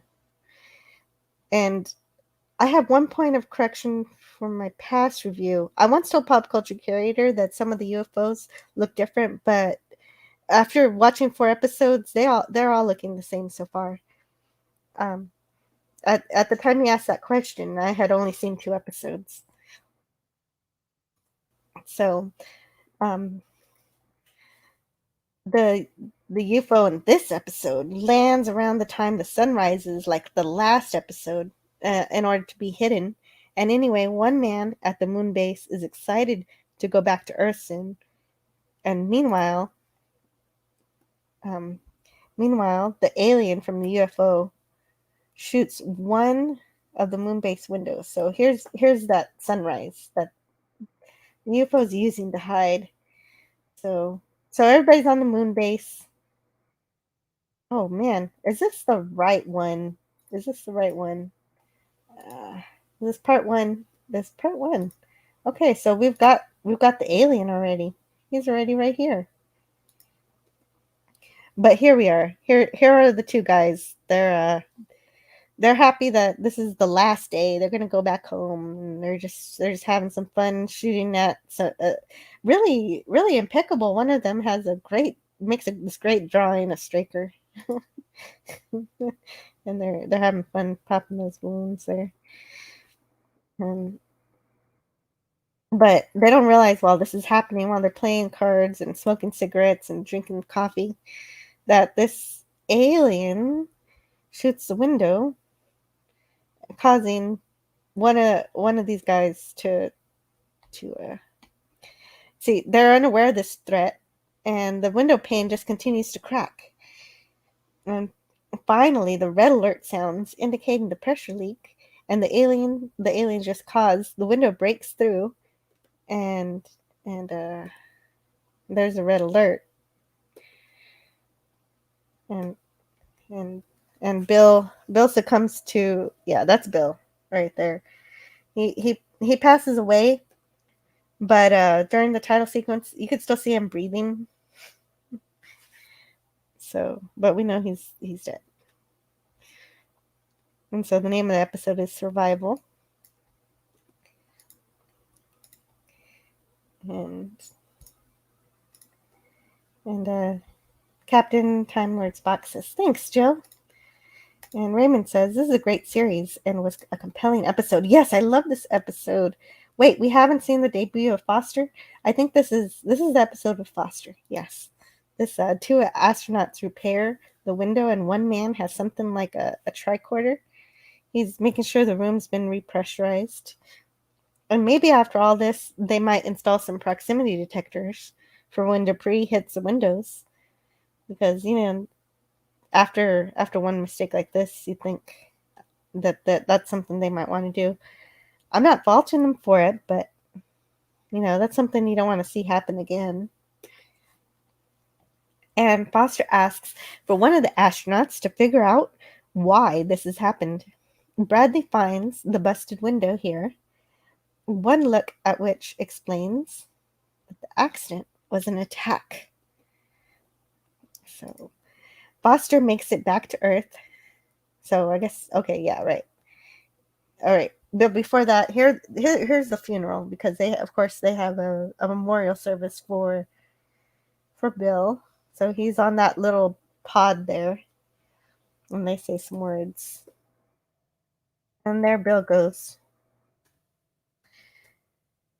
And that's the busted window that they're going to take to Earth.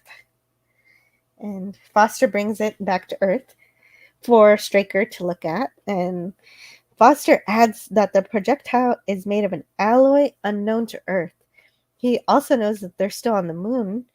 The aliens are still on the moon because the meteorite interference didn't last long enough for the UFO to escape.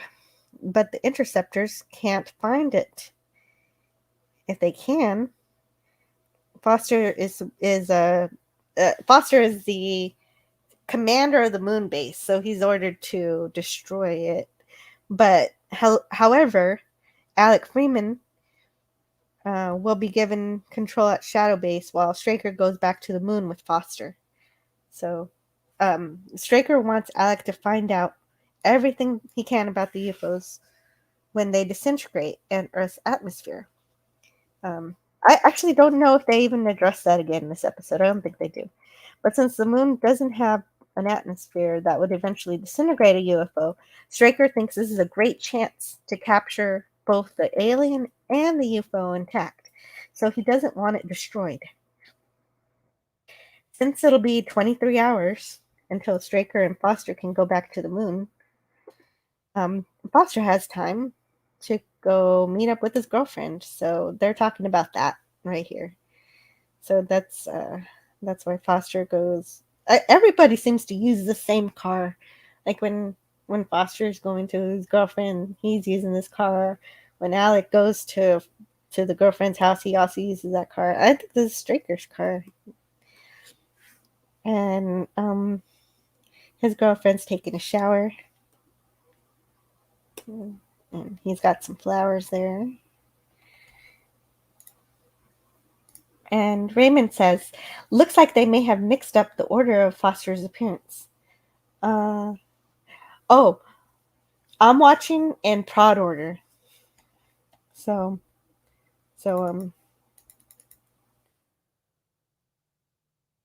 yeah. So if anybody in the chat wants to join the panel, let me know if you wanna hang out.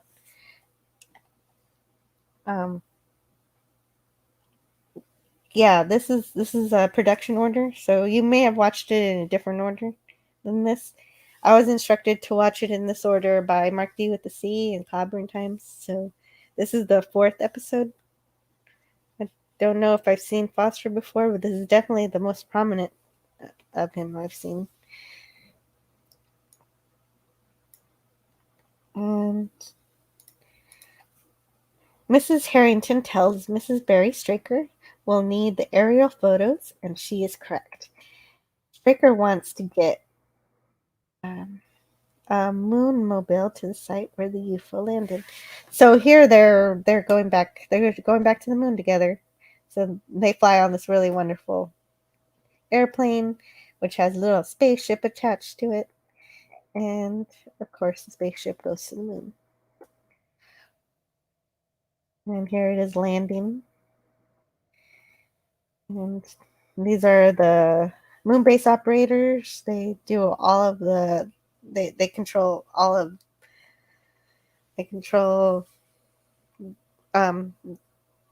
where the ships go and determine how they attack and how they do everything. Just everything. They do basically all of everything.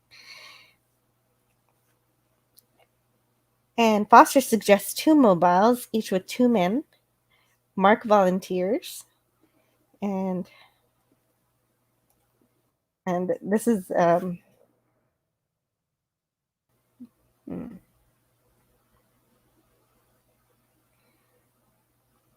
this is a photo of where the UFO crashed or landed.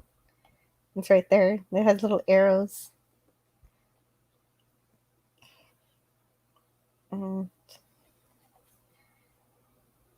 okay, so Mark volunteers to go on the mission to get to the UFO because they've got to see it. They want to see if they can capture the UFO and the alien at the same time. And so Mark volunteers, and Foster also volunteers, and he wants to choose a missile operative as his navigator. But Straker says, as Moonbase commander, Foster's place is in the control sphere. And as you know, when I do these reviews, I usually have something to really add or change or say. But this show is just almost too perfect. So it just feels kind of like I'm describing everything, which I am. But I guess that's just what happens when the show is this good. I need to figure out like other things to talk about. So it's a work in progress for me to figure out how to review a good show. It's much easier to review a bad show. And we get we get to Paul Foster pilots the Moonmobile to the Terminator, where the UFO landed with his. Okay, so they're going to see the UFO. La-di-da. So Moonbase advises that they stick together. And so everybody's working together. They're working as professionals. Nobody's fighting, and everybody's being, decent, good people. It's really great. And as they get closer, Straker warns the team to escape if they run into trouble, showing concern for his men, but also having a backup plan of sending in interceptors. It's just perfect because just in case you were wondering, what kind of danger is around, the show always tells you the level of danger that you're at. And oh yeah, and here is the link if anybody would like to join the panel. Mark D with the C says, Foster's first appearance in Exposed, Prod Order number 5. Some fan sites recommend viewing Survival before number 5.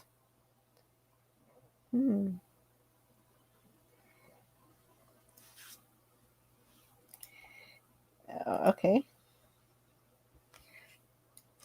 And yeah, I like how they had previously established knowing the terrain where the UFO is, so that Foster, knows where it should be. The show is just so clear and logical that I can't even find a thing that's wrong with it. So it's perfect. And also, it's also fun, lots of fun to see these ships land. And at this point, though, once they land, they decide they need to go on foot. So they land their little moonmobiles there. And so at this point, you're hoping that Foster isn't too overconfident for his own good, because he climbs up, he observes the terrain, spotting the UFO craft. And it's there. You can see it right here. But if you can't see it, don't worry, because Foster is getting a closer look too. He's using his weapons scope. Right through the little scope there, he can see. There's the UFO. And then he pulls out this device and determines that there are no signs of life. And we find out that this device measures radiation. So I've only seen 3 other episodes of this show. So I already forgot that radiation somehow detects the presence of this alien. Yeah.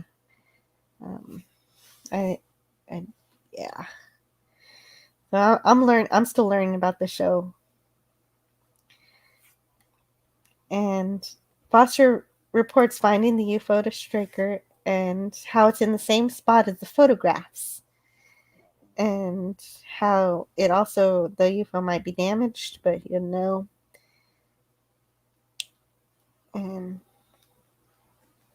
And I guess his Geiger counter gave him that radiation reading. And at this point, I gotta get my other slides. So let me grab those. And right here.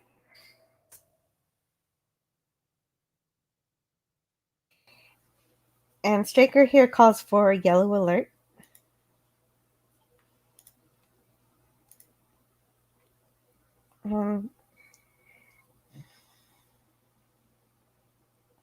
Oh, okay. And Wikipedia. Yeah, I know that. Let me get the actual chat. I'm gonna pull it out. Restore the chat. I don't know what happened to it. Pop it out. And I want to click this link he's got here, because I want to see if I'm watching in the right order. I thought I was. So I'm watching in prod order. And there's a way to...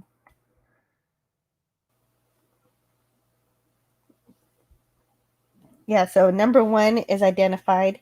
2, computer affair. 3, flight path. 4, survival. Yes, I'm going in order so far. Cool.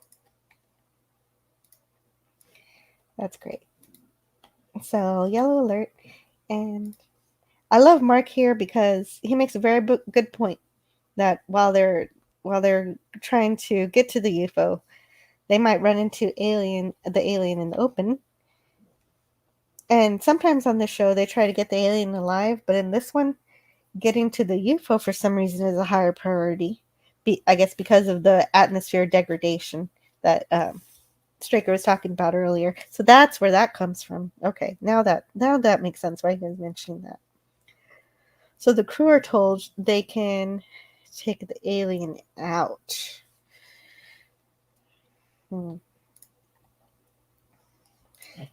And there's such a pregnant pause right here because at this point the edge is being felt, because when you actually watch the show you can feel the danger just in how they choose to put space in between what's happening and what people are saying. And you can feel the danger that the ground team is under while the moon base tracks their movements. And Foster stops Mark from following when the UFO begins to glow. So where's that? Yeah, that's where it's glowing. But I would have had to give you a clip to show it was glowing. And while it was doing that, it fires. So now it's shooting all over the place just for the next 10 to 15 minutes. Not continuously or anything, but every once in a while. It's getting really busy. And what did Straker say when there's trouble? To get out of there. And so he calls the interceptors. And so, of course, that's the first thing it shoots. And so everybody ducks. So she's getting the interceptors. And I need to learn everybody's name. So this episode I didn't get her name. And she programs the computers for attack. And there's the UFO does another attack. And the ship fires again. So this is where there's explosions and ships firing and the interceptors are doing stuff. And so the ground team is trying to get out of there. So it's just kind of fun to have Straker on the moon base commanding. And he's going to tell all the interceptors when to attack. And Foster is going for a moonmobile to help his team get out of danger. So he's going by himself to go get a moonmobile. But as he's doing it, he falls and hurts himself. And he goes down. And finally he realizes that he needs to call his team to get the mobiles because he can't get up. But here you see that his communicator is broken. So calling his team is not exactly an easy thing to do.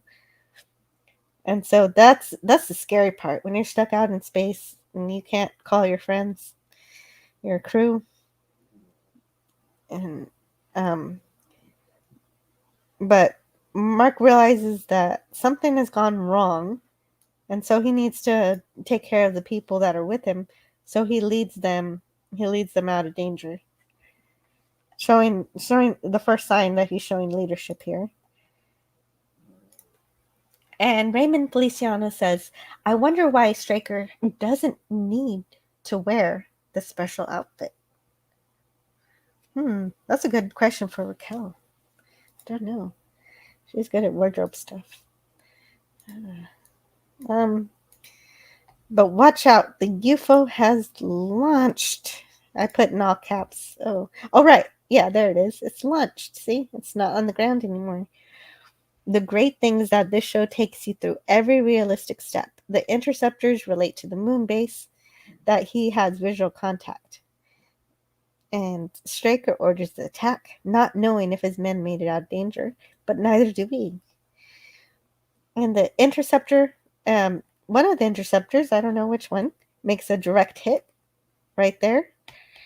And as I've learned from other episodes, one hit doesn't mean the UFO's been destroyed, but in this case, In this case, the ship crashes into the moon, taking 1.5 moonmobiles along with it. One of the moonmobiles is destroyed. The other one is able to make it back to base. And Mark is trying to protest that Foster may be out there, but Straker is thinking the worst has already happened. But Foster tries to get up, still injured, about as in good. He seems like he's in as good a shape as his communicator is, which means not very good. This actor is very good at portraying someone who is just out of it and messed up. He managed very labored steps across the planet, and then he has to rest again. So he moves a little bit and he rests. He moves a little bit and he rests. He has this little numbered container. Oh yeah, where's that numbered container? Yeah, there it is. It's got a 45 on it. And he takes a little green thingy and sticks it in this other device. I don't know. I don't know what that was or what it's for. Maybe it's oxygen, but I don't remember or know. But then he brings out the map. So then he gets a map. And he's very trepidatious. And it's unnerving. And then someone puts a gun to his back. And it turns out it's alien. Now, so that's the alien there. He's in like he's in his space suit. He's in this liquid form. This liquid allows him to live on a environment that's not like his planet. So he's able to go around in space, but it also turns his skin green.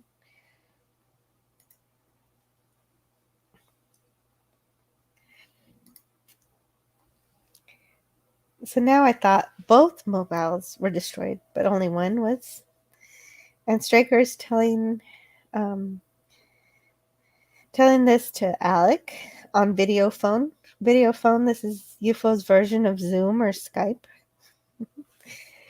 Straker, not having any evidence to the contrary, and plenty evidence in favor of, believes Foster is gone, is dead. So he's staying on the moon base to help appoint a new commander. And as such, he asks Alec to give this news to Foster's girlfriend. I thought it was kind of strange that he does this without having a body, but I'm not sure of what protocol they use here to determine this. So meanwhile, Foster doesn't look so. Oh yeah, there's this is kind of a neat shot of Alec telling the girlfriend because we only see him through this mirror. And so Foster's still struggling. And he looks like he is almost dying, just like Straker suspects.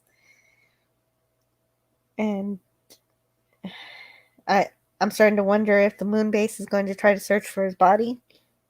And Foster grabs a weapon from the alien. Oh yeah, this is the part where he grabs the weapon away from the alien. And he aims. But the alien opens his hand, revealing an orange cylinder thing, prompting Foster to not fire.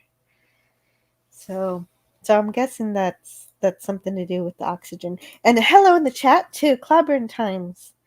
This was an excellent but disturbing in a good way episode. Yes, I agree. I had a ton of fun watching this episode until the end, in which I was screaming, but not exactly screaming, but you know exactly what how Foster felt. I felt that too.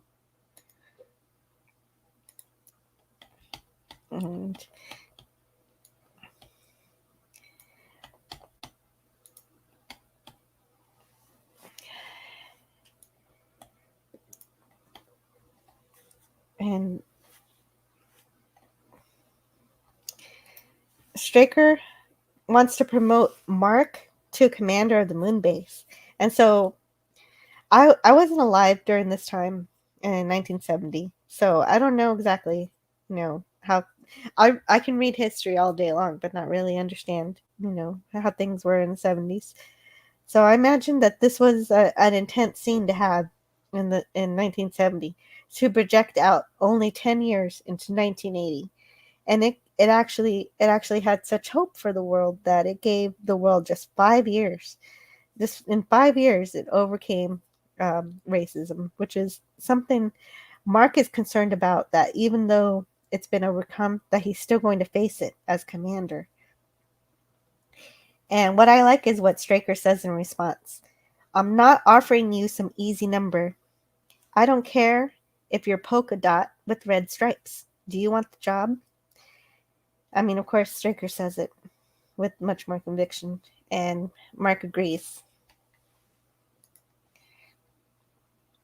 And look, I got Clubby and Mark D with the C in chat here. That's awesome. And of course, Raymond. And Foster is lucky that he somehow found the nicest alien ever. Like, suddenly, I guess the alien somehow realizes. I don't really know. You can't really get inside the head of the alien because, of course, they can't really talk. But maybe the alien knows he needs to work together to survive. So, because of course the name of the episode is survival, so you can only guess at why he suddenly becomes so amenable. Especially for one who was previously just bombing bits off of the moon, unless there was another alien in the craft that was doing that. I don't know. He sees Foster's oxygen is down, so he gives him some with this little thing here. Somehow that works. Somehow now Foster's able to breathe. I do wish sometimes that the show would give me the name of things so I could learn more about them. But I guess that doesn't happen here because the alien can't talk very well with this suit full of green liquid. So that makes sense why I don't get what I want in terms of that kind of thing. Knowing this alien begins to draw a circle in the ground with his weapon. Oh yeah, this right here. Trying to communicate to Foster. Like he's drawing a map in the sand, in the space moon dust. But Foster's like, hey, I got this really cool map here. And they determine how far away they are from the moon base. Mark is working his first duty as commander. He sent out Moonmobile 3. And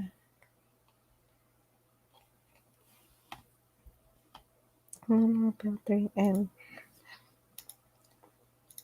everybody's saying hi here. And Clobby says, Straker rocks.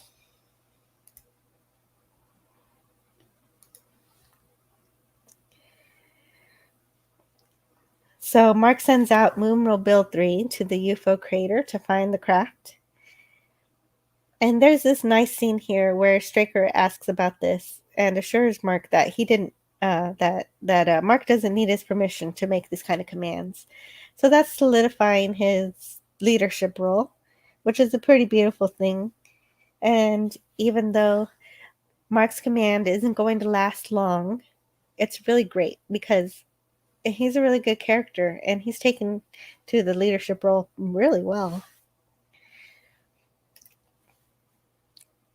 The alien and Foster work together to secure a line between the two rock bases after this. Yeah, there you go. There's the rock bases. Because Foster needs to get over this chasm. And whoever is playing this actor for Foster, I was going to look up that name, but I never got around to it. Actor for Paul is Michael Billington. Yeah, he's just really great. He does an incredible job of looking like he's still completely out of it, but doing what he has to, working with the alien. And he makes his way across the line slowly and pulls out of the rock, adding tension. And it gives way as soon as he makes it across, it falls down. So it was a really good scene. And now it's nap time. This is the picture I used to make my thumbnail for today's show.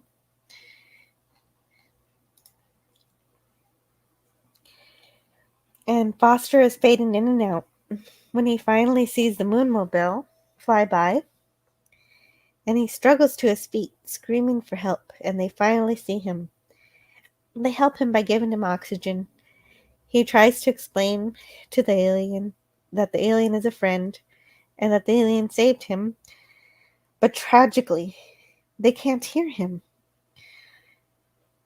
And when they realize he's trying to say something, they make more of an effort to hear him, but all they can hear is the word alien.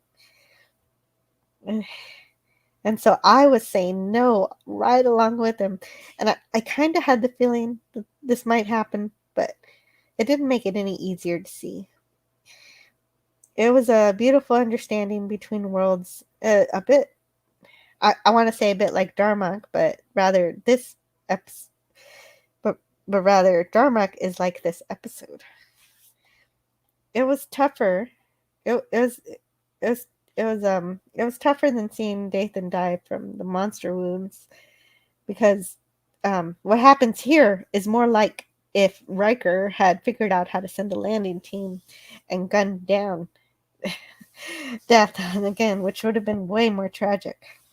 I mean, it's still tragic to die by a monster, but it was an accident. You know, it was an accident of circumstance. I guess it was similar in a way.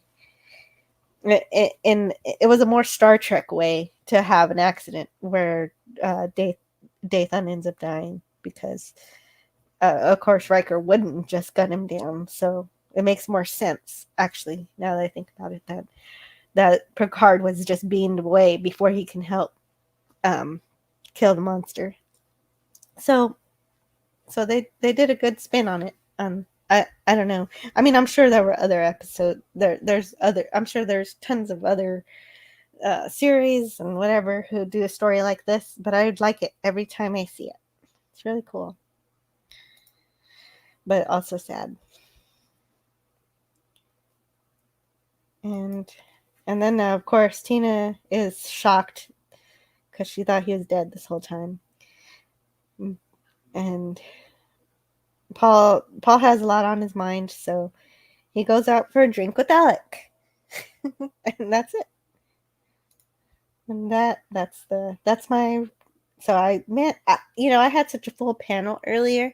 I didn't think that I'd get a chance to even do this review, so I'm glad I did. And so I finished that and click out of all that. And thanks guys for listening to my review. Oh, hello in the chat to Snortopupus Q Burr. I just did a review on a really great episode, A+ episode of UFO. All of the episodes have gotten A's, but I don't remember what degree of A I gave each episode. Just some kind of A. Anywhere from A- to A++. Mm-hmm. And Snortopupus, I'm so glad you're here because I have a video that I found. I saw it and I thought of you. And so this one goes out to Snortopupus Cuba. So here we go. Where does it go? There it is. This is a lady who has found a bear on her porch. And it says here that she uses her teacher voice on the bear.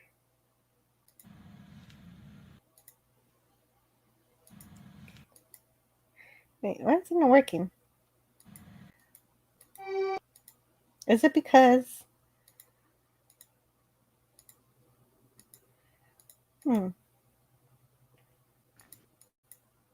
Okay.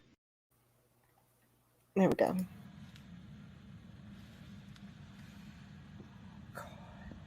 Look at that.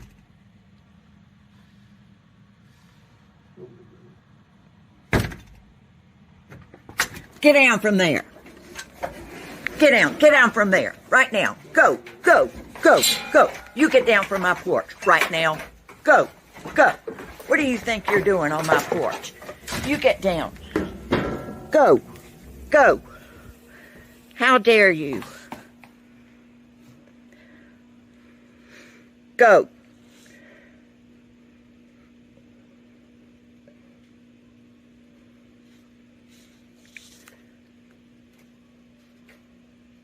I see you.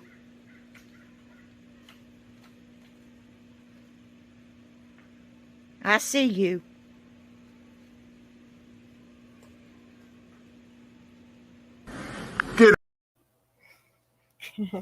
Yeah. There you go. That's just for you, Star Purpose. And hello in the chat to Sandra Feliciano. Just saying hi all around with kisses for Raymond. And Mark D with the C says, that's a great episode of UFO. I think so too. It had everything you could ever want. It was just so tragic. And Brian Hepburn says, good review, Anti-Derivative Jill. I need to start watching the series again. Yeah, there's only 26 episodes. That's why I decided to do it on this show here. I figure I'll eventually get through them all at some point. And then I can start on 52 episodes of Lake 7, maybe. And Raymond Feliciano says, we can't get it here. Yeah, you can. It's free on YouTube, free on IMDb TV. It's free. Hakeem says, great review, Jill. I didn't know the show existed, but now I really want to check it out. Yeah, it's pretty incredible science fiction. I have a lot of fun watching it.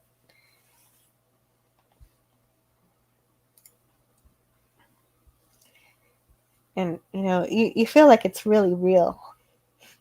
Like this is actually going on somewhere. We can't get it here, but yes, we can. So, Sora Poopa says, that looks like Cousin Wilbert. He's shameful. I thought it was your cousin. I knew it. It was your cousin. And hey, but I want honey, says the bear. Sora Poopus Cuber, teacher voice, works on bears. Ah, shucks, ma'am, says Snortopoopas Cuber. I was just having fun. And Snortopoopas says, does it work on ferrets or Snoopy? That's a good question. Raymond says, Foster was played by Michael Billington. Thank you, Raymond. I will eventually remember that one day. And Raymond says, meh. Brian Hepburn says, I have it on my Amazon Prime watch list, Raymond Feliciano. It's free with ads. And Cardinal Sin says, you're still going?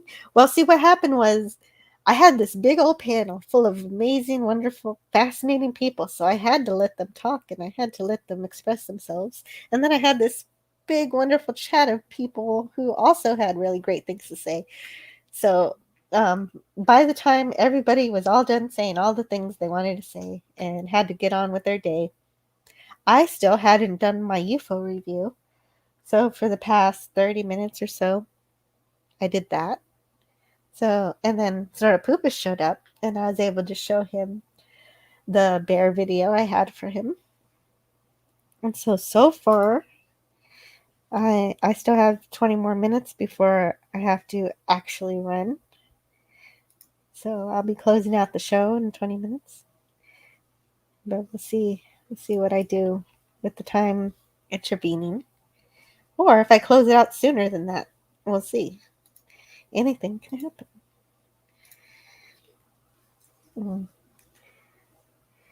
I actually do want to talk about the James Webb Telescope. It's on my list of things to research, but there's like so much information out there on this. They're just all over the place. I don't even know where to start. This thing is the most powerful telescope ever.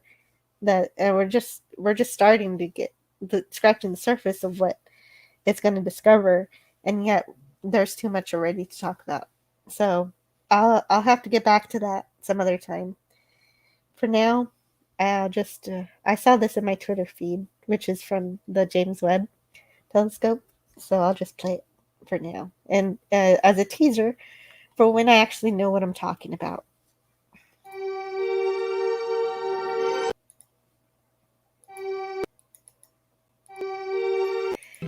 Why am I?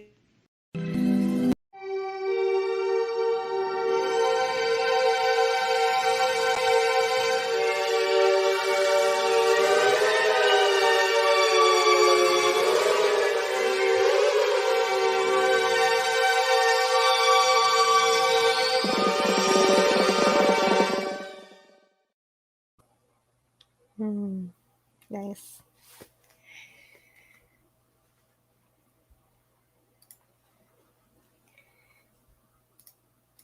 So Cardinal Sin says, "You might beat my record. I am not sitting here for 16 hours. That I can assure you. Even if I did, I'd have to stop at 11:55 because that's how long a YouTube video is allowed to be anymore." And Snortopoopus Cuber says, "I have this bad habit of bear napping in the afternoon." I do too. I have a problem with napping, but I didn't nap today.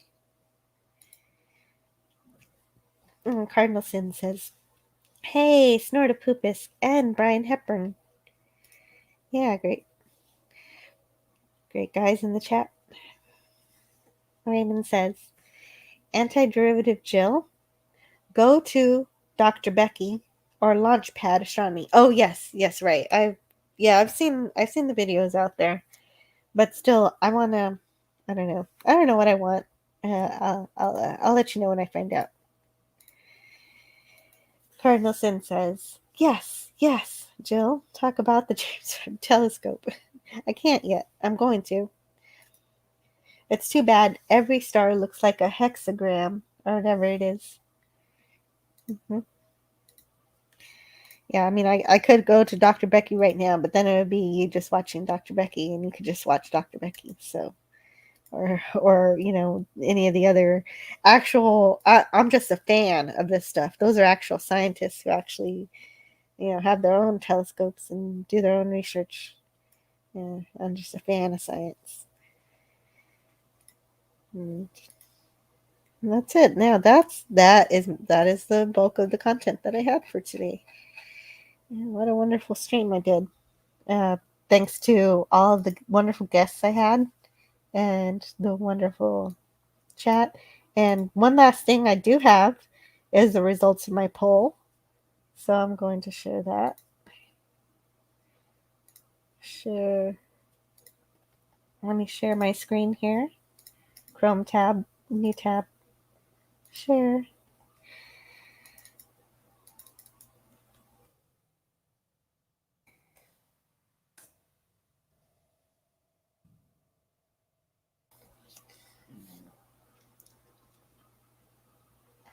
Let's see here.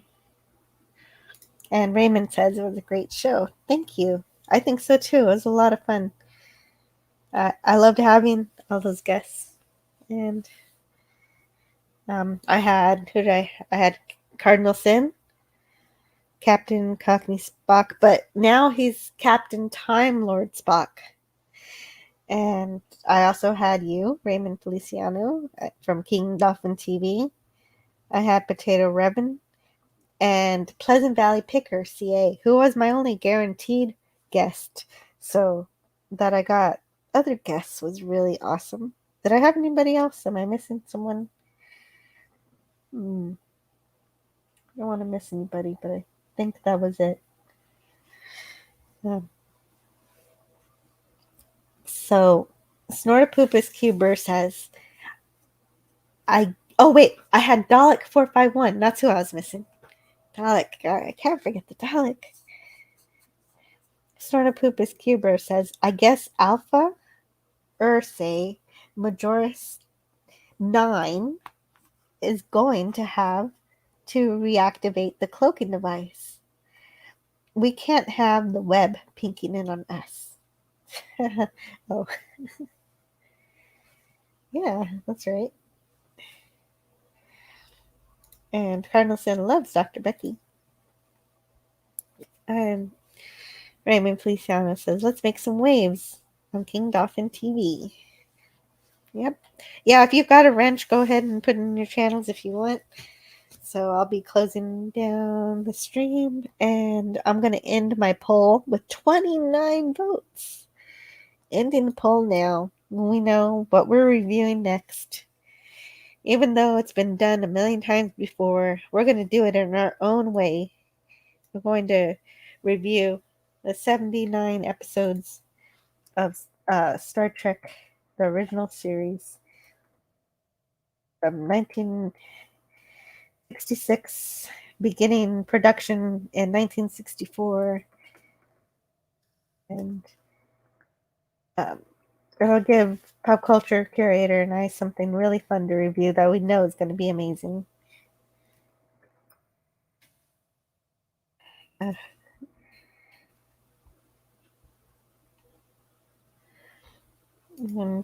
that's what we're going to do. Mm-hmm. And I don't know if you can see it there it is, but you really can't see it because it's so tiny. So I'm gonna make it bigger, bigger it, and bigger it, and bigger it. So there we are. What series Pop Culture Curator and I review after the Orville New Horizons wraps up. So my choices were For All Mankind, which got 34% of the vote, but Star Trek, the original series, got 65%.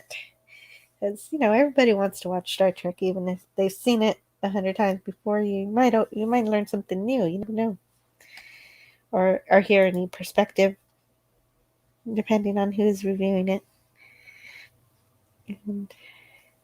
And that would be a wonderful review show to have guests on, people who just want to love on certain episodes. Like, oh, this is my favorite episode. I want to be on that show. So people are always welcome on my panel.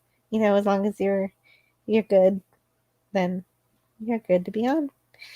And Brian Hepburn says, fun stream to listen while I work. Anti-derivative Jill, thanks. Have a great weekend, everyone. Yes, everyone have a great weekend. And yeah, it's been a great day. We had Shatner, saying bad things about the filth. So that's good. That's wonderful stuff. Right at Comic-Con. Right where, I hope Paramount heard that. I'm sure they did. But I guess they don't really care. But I wish they did. And I'm glad I could have a good show. Oh, I had this other video I didn't play. It really has nothing to do with anything. But I'll play it while I figure out what I'm doing.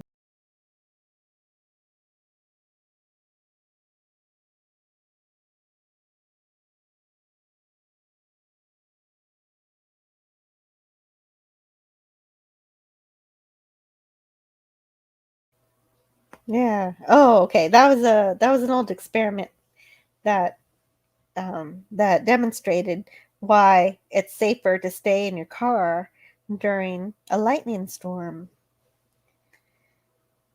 So yeah, with a live test subject and everything. When you're that confident in your science that you are the test subject, that is some magic right there. Like when Walter Lewin, the physics professor at MIT, does the experiment with the pendulum, and it's this big heavy ball that he's swinging.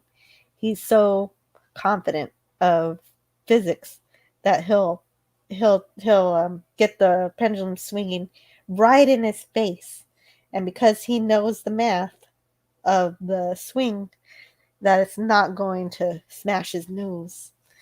So I don't know what I'm talking about.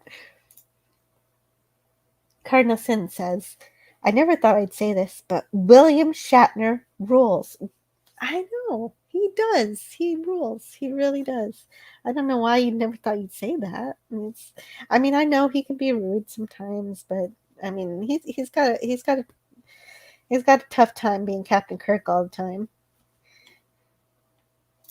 And he wasn't rude to me, so. Snortopoopus Cuber says, just don't touch any metal parts of the car. Him. Yeah, right. That makes sense.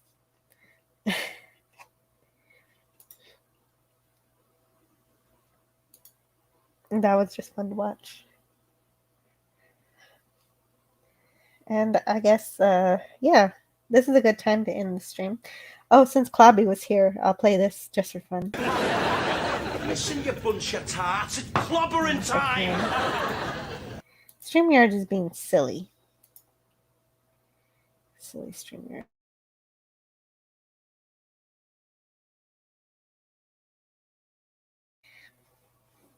And when he says it's like he doesn't really say the it's completely. So I can't really clip out the beginning of it, or else it doesn't make any sense. They're just saying clobbering time.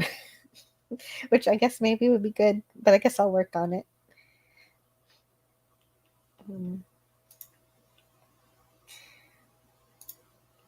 Cardinal Sin says, after my experience with him at the con in Minneapolis, I just figured he was kind of a jerk. Well, yeah. It's like, I don't know. I guess maybe sometimes he feels like that scene in Galaxy Quest where, people are trolling him so much that he just feels down about it sometimes. Who knows? I have no idea. I'm not William Shatner. You have to ask him. All right. So what video should I close out on? Thanks everybody for being in the panel, being on the chat. I said everybody who was on the panel. So now I'll go through the chat. He says, you can use one of the openings from Monty Python Flying Circus for the it's. Oh, haha. Yeah. Yeah, you're right. I could clip things together. You're so smart, Cardinal. Okay, so also thank you for being here, Snortopoopus, Cuber, and Brian Hepburn. Great chat members. And Raymond Feliciano, Sandra, and Mark D with the C, and Clobbern Times. And Captain Timelord Spock. And Donnie Pearson. Tiger Stripes I had today. Tiger Stripes. I'm really enjoying when Tiger Stripes joins my Orville reviews. She's really intelligent and has she brings a new light to the show. And it's very fun to hear her brilliance. And there's Big Daddy MRI. Ooh, pizza. Pizza. This stream had pizza and tamales. Pizza and tamales. That is a good combination. And we also had Dalek 451, who also had dinner, but I don't know what he ate for dinner. That was never said. And Edge of Time.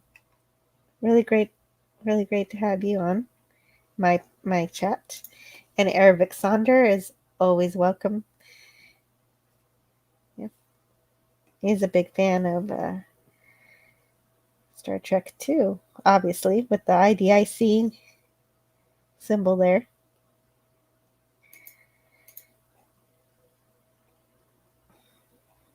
And so who else do we have? We had a lot of great people here. I don't want to miss anyone.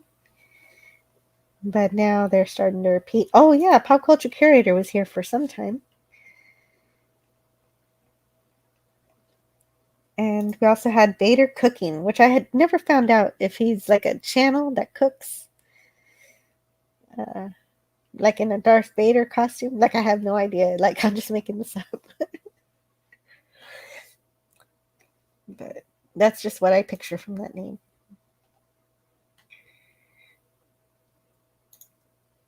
And we also had PJ Maybe.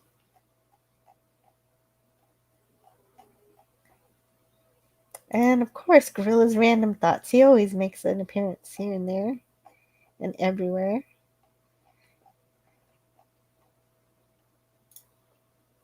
And Anonymous was the very first comment on my stream.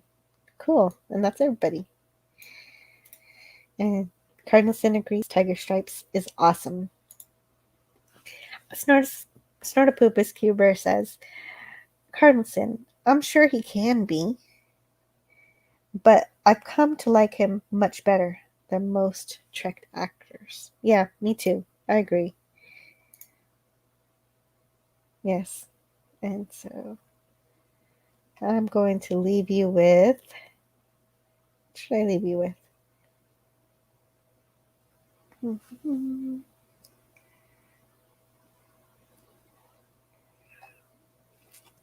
Oh, I know. He's Dead Jim compilation.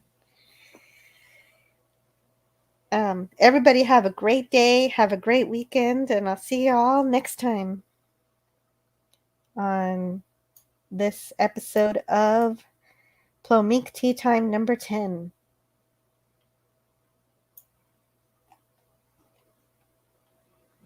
Can I offer you some tea? Can I offer? My videos are being wonky today. Can I offer you some tea?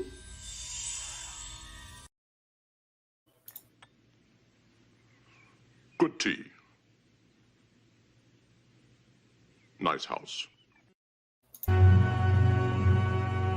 He's dead. He's dead, Jim. She's dead, Jim.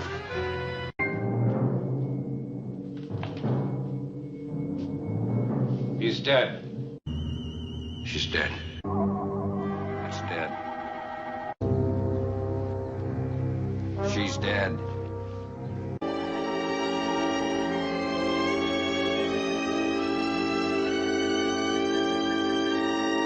He's dead.